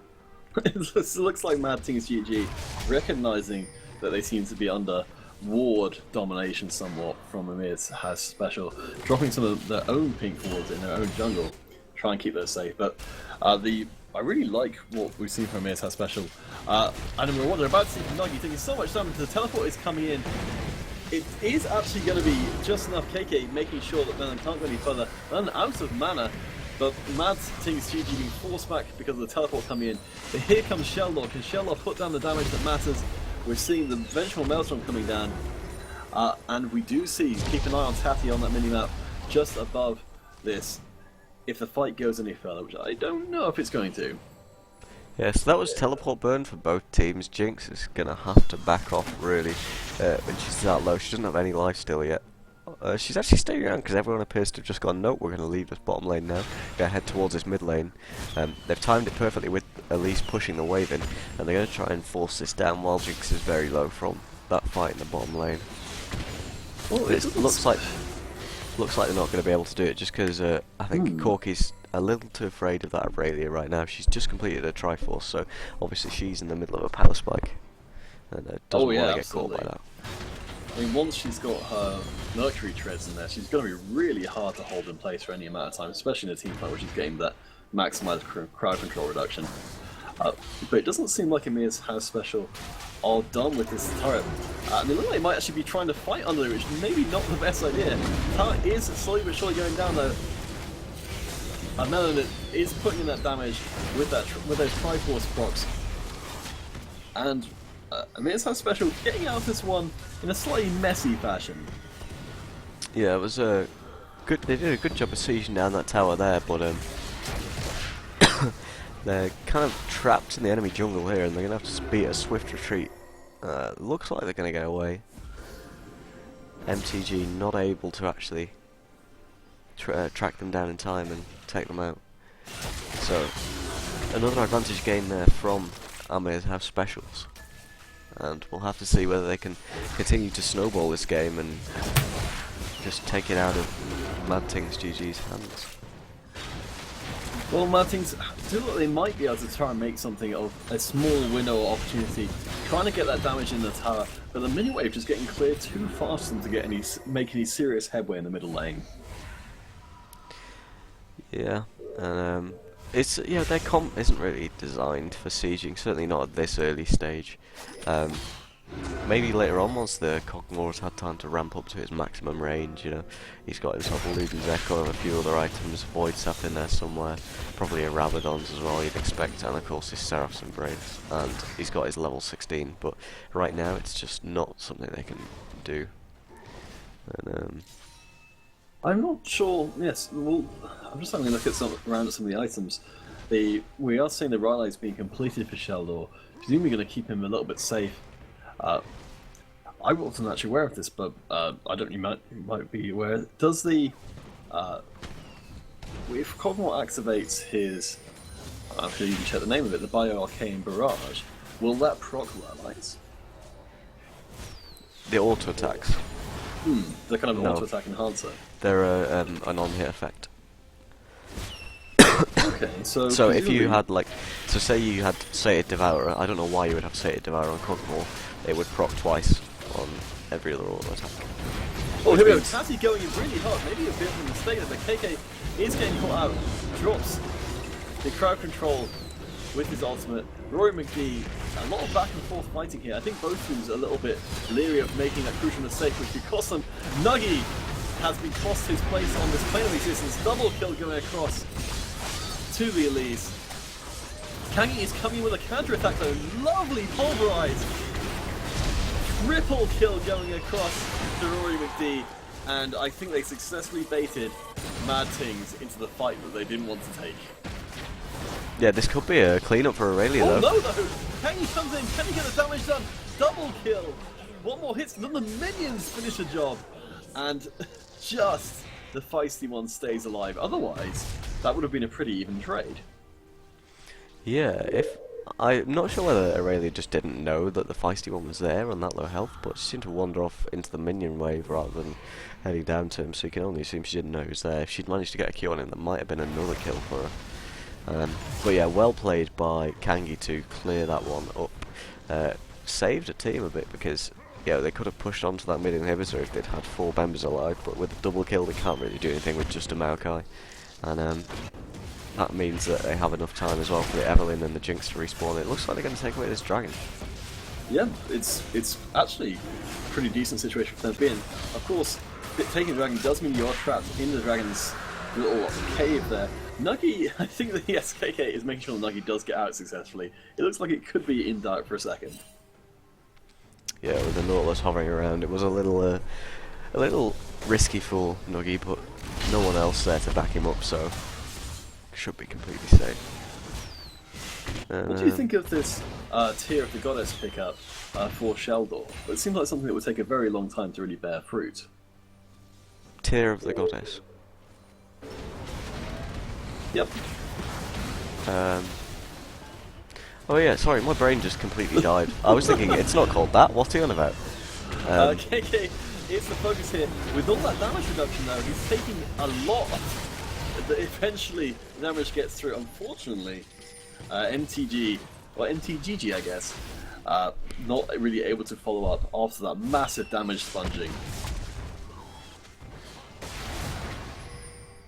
Yeah, I'm not sure why he's walking in there on his own. Just not great play, really. Like, don't face check. I know they're doing Baron, but like, don't face check alone. Like, you can't do anything about it. It's not like you're gonna manage to steal Baron with a pulverize or something, is it? So, it's just not worth it. Like, you have to frontline, but wait for your team to actually be behind you first. Don't just wander in on your own. Oh no, absolutely. It happens so much, so often in solo queue, where it's where someone will go to a blue buff and go to the Baron, sorry, and the only result is either they are there and you die, and they don't get the Baron, or they're not there, and that's the best case scenario, I suppose. Yeah, and I'm not really, like, I've just looked at Cog's build, and he's actually built the Riley's Crystal Scepter as his next item after the tier, so this is obviously, like, I've not really seen AP Cog since the AP item changes, so obviously this is a little new to me. I suspect it's just because, like, I think Riley's and Leandry's is a pretty standard combo for AP Cog, because the Leandry's percentage health damage, sorry, it procs for twice as much on enemies who are like movement impaired, so slowed or stunned or whatever. So you get double the Leandry's damage if they are slowed, which Riley's obviously means that they are slowed by your ultimate. So it means that his ultimate is really good for taking down like higher health targets, because his scaling on his ultimate actually isn't that good. It's good, but it's not amazing, and it means that if you go Riley's into Leandry's, you basically have you end up dealing more damage, basically. Well, You end the up with Baron all has that been percent started up. We are seeing that Amir's has taken relatively low. Rory McGee gets a feisty one as well. He pulled really low, but the counter aggression coming in. Kangi takes the kill. The soldier right in the middle there. KK taken so low. Double kill going across with Kangi. Is really working hard. Tati next on the menu. Will he get taken out? Melon gets the kill. They're training back to the force. Melon gets taken out by Kangi, and this is actually going to be MadTings' fight. the Baron perhaps was not the smartest idea for Amir's house special, or at least, well, what happened in that fight? This is a pentakill. Is he actually going to manage it? God, Yes. the pentakill! And I think Kangi just told everyone why he picked Aurelia rather than Maokai, which Twitch chat were questioning. Whether Maokai would have managed a pentakill as well, I'm not sure, but I don't think he would. I'd like to Obviously, believe it's just he would. Obviously, it's just a comfort pick for him, and that was fantastic play from the blue team there. Red team's turret has They came from a disadvantage, but they've managed to, completely turn that fight around. It was a really well played fight with a TP from Aurelia. They managed to keep Jinx and Cog alive through the initial burst, and then once they kept them alive, they were able to just kind of run around and deal DPS, basically. It's as simple as that. And then Aurelia came in and was able to just clean up the kills with a burst. Yeah, it was really, really nicely done fight. I mean, I think you would be completely forgiven for writing off MadTings quite some time ago. I mean, certainly Sheldor's not had the happiest time of things. It's taking quite a long time to kind of really be the presence which I imagine he can be, but I just don't know if, well, at least before that team fight, I didn't think Amir's house special would give him enough room for Cogmore to really breathe. Yeah, I think the key thing in that fight was just Cogmore and Jinx did not get instantly blown up, and that meant they were able to actually deal the damage. And obviously with two kind of late game scaling hyper carries like this, it's, if they're allowed to sit and deal damage, even in, it's only 27 minutes in, they've only got, well, it's not even 2 completed items for either of them, but they can still deal a reasonable amount of damage, and they were allowed to do that, and that's basically how that fight happened. If you don't kill the enemy damage dealers, you're gonna die. That makes sense. Well, in a general sense, because we've got at the moment we have the kind of, I guess we might consider the prime examples of the Trinity Force AD carry against the more traditional Infinity Edge AD carry. What are the considerations between what the AD carriers can do? Well, Corki is he's a lot more adept at kind of poke and burst than Jinx is, especially in the mid game. Trinity Force offers like lots of burst damage, but it's not as much sustained damage, not as much DPS as like Infinity Edge. Well, DPS is about to make a big difference. The team fight breaking out. Kangi getting focused down, being forced back out of the fight. Still a lot of poke there from MadTingsGG. Soldier frontlining really, really well. And I don't know, this fight may be inconclusive. Rory McD, they're kind of cycling it in and out of the various characters here. And I don't know if, well, I guess if anyone's going to get this dragon, presumably it's going to be Amir's house special. But we are seeing some recalls coming out. Yeah, that was a well-played fight for MadTingsGG again. They managed to keep Cogmore and Jinx on absolutely full health. KK gets caught though! Feisty one gets taken out as well. Kevin gets the kill. Melon gets KK. Taffy goes down as well. And then we've got kills dropping left, right and center. Sheldor left by himself. But not a great end to the fight for MadTings. Yeah, so the initial fight went really well. They kept Cogmore and Jinx on like full health, and then in that section of the fight just there, they hung around too long. Aurelia had backed off, didn't have TP to get back. Oh, Rory McD goes across the wall. One more shot's going to do it. The ace comes out. Rory McD may face the wrath of it. It's a nice little surprise delivered by Sheldor, which I have to think is significant given how. Well, yeah, now we see the Zonias coming out for Sheldor, but the dragon seems almost an inevitability for Amir's house special. Yeah, unless you're going to see an Evelyn somehow teleport halfway across the map, which I highly doubt. It would have to be a pretty significant bug for that to happen. But yeah, Aurelia couldn't back off because she didn't have TP, whereas Maokai did. Maokai was able to back and then teleport back into the fight with the teleport, and I don't know why I said teleport twice, but there we go. Yeah, Maokai was able to come back, and that meant that he was there on full health, and then we saw the oops, wrong button. Yeah, and then we saw Maokai and Elise and Annie managed to clean up. Annie and Maokai just basically insta-giving insta-giving the Jinx and 2 other champions. And that just left them with not much left to do, they just had to clean it up. I have to think that Kangi can't quite afford yet to be the primary focus of Amir's house specials damage, especially considering how well Keke is able to fulfill that role. But it looks like Kangi is more than ready and willing to try and take that frontline approach. So, just to recap, we are in the 3rd game of the semi-finals between Amir's house special and MadTingsGG, both teams having already scored a game in their favour, so this is all that decides the fate of these teams in this 2015 LoL Summer Tournament. One of these teams is going to be going to the final on the 6th. At 6. I think it's the 6th at 6, is that right?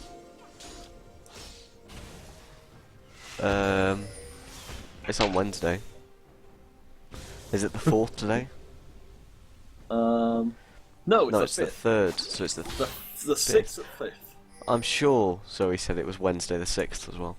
Maybe Zoe's just crazy. I think Well, that's I a say maybe. distinct possibility. KK getting it chunked down a little bit here. And I have to think it's... this doesn't seem like the way that Alistair really wants to fight, where he loses a lot of his health before he actually uses his Unbreakable Will, so it's not kind of giving him as much value. But I suppose at the same time we sort of consider not using it too early and having the fight not happen at all. Yeah, and I have just checked.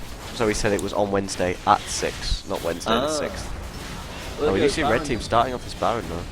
Yep, a very aggressive Baron attempt. KK is coming in. This could be a little bit dangerous. Super Mega Death Point comes out. The red team that does get that Baron. Melon is going one-on-one with Kevin up in the back line. Sheldor taken very, very low. Cross walls action going on. Lovely knock up there. Robbie McD. Oh my gosh. This is not a good fight for MadTingsGG. Their team is collapsing underneath the pressure. The Baron up. Amir's house special. Too much for them to deal with. Yep, that is probably like, well, it may not be game straight away, but I can't see MadTingsGG coming back after that one. Too much of an advantage now to Amir's house special. Unable to actually. Oh, I can't see them coming back really. I think they kind of went in for the steal, didn't get it, and then just got blown up in the fight afterwards, and that's Aurelia going down. That's the mid inhibitor gone, and that is a huge advantage now for Amir's house specials. I have to think as well, given how crucial Kangi has been for MTGG coming back into this game, for him to give up his life to try and defend that inhibitor when it wasn't really ever going to happen, I have to feel like that's a mistake that may end up costing them. Yeah, if he'd maybe gone in and got a kill or two and been able to actually, you know, do something meaningful, then he could understand it. But I can't see there was any way of him actually doing something meaningful there. He was never going to stop taking the inhib or the tower. He was never going to take out anyone who was actually worth something. So I just don't understand why you would dive in there. It could just be frustration setting on MadTingsGG. They are quite a long, well, more than 10k behind, with 3 turrets behind, only 1 dragon behind, which I guess is something, but the Baron, of course, I believe still most likely in effect for a little while longer. I'll have to have a quick check and see. Oh, no, actually, it has expired. Shut my mouth. Yep, god damn it, Peter. No, it's not expired. Corky's still got Baron. Oh, right, I got confused because it's not an ad. Yeah, Tatey just got killed. Well. Yeah, shut up, Adam, you liar.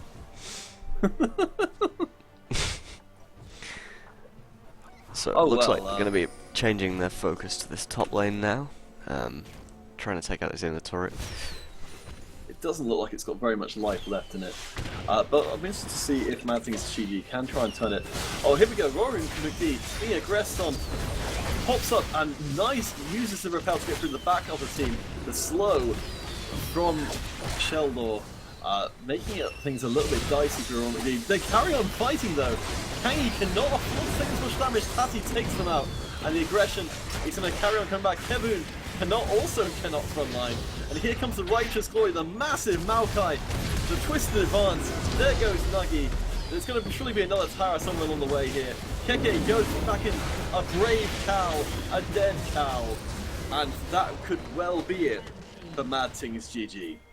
Yeah, that was just a huge overcommitment by Kangi and the team following up MadTingsGG. They just went way too deep, and then it was pretty easy for Soldier to TP in behind them, go for the collapse, and then get the not quite an ace.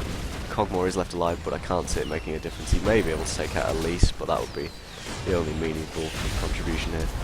Nope, that is it. Amir's House Special are going to the finals. It's not the 6th at 6, it's the 5th at 6. And I'm trying to think of some sort of fourth base pun, but I can't. So you'll just have to make do with that. Still, a really intense game, and I'm surprised it ended up quite as much in Amir's House Special's favour as it did. Yeah, that was quite unbalanced at the end, I guess. You know, it was a 15k gold lead, and they took the last couple of fights pretty easily, which is pretty surprising given the penta for Aurelia early. You know, but in what looked like their way back into the game, but they just weren't able to kind of follow up on that, and that is the win overall for Amir's House Special. Yep, so Amir's House Special will be facing up against Len Willump in the finals. Everything on the line this coming Wednesday at 6. I don't know actually what channel it's going to be on at this point. I guess it's depending who's going to actually end up casting it. But don't forget to cast your vote on the LoL UK page, making sure that vote is for Lewis. No, not for Lewis. That's terrorism. Like, you can't vote for the admin. That's just vote early, vote often. Silly suggestion.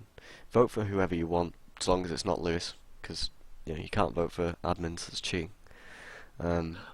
Looking at the goal difference in this game, from the 3-minute mark, the Amir's House Special were ahead the entire duration of the game, pretty much. That's pretty crazy.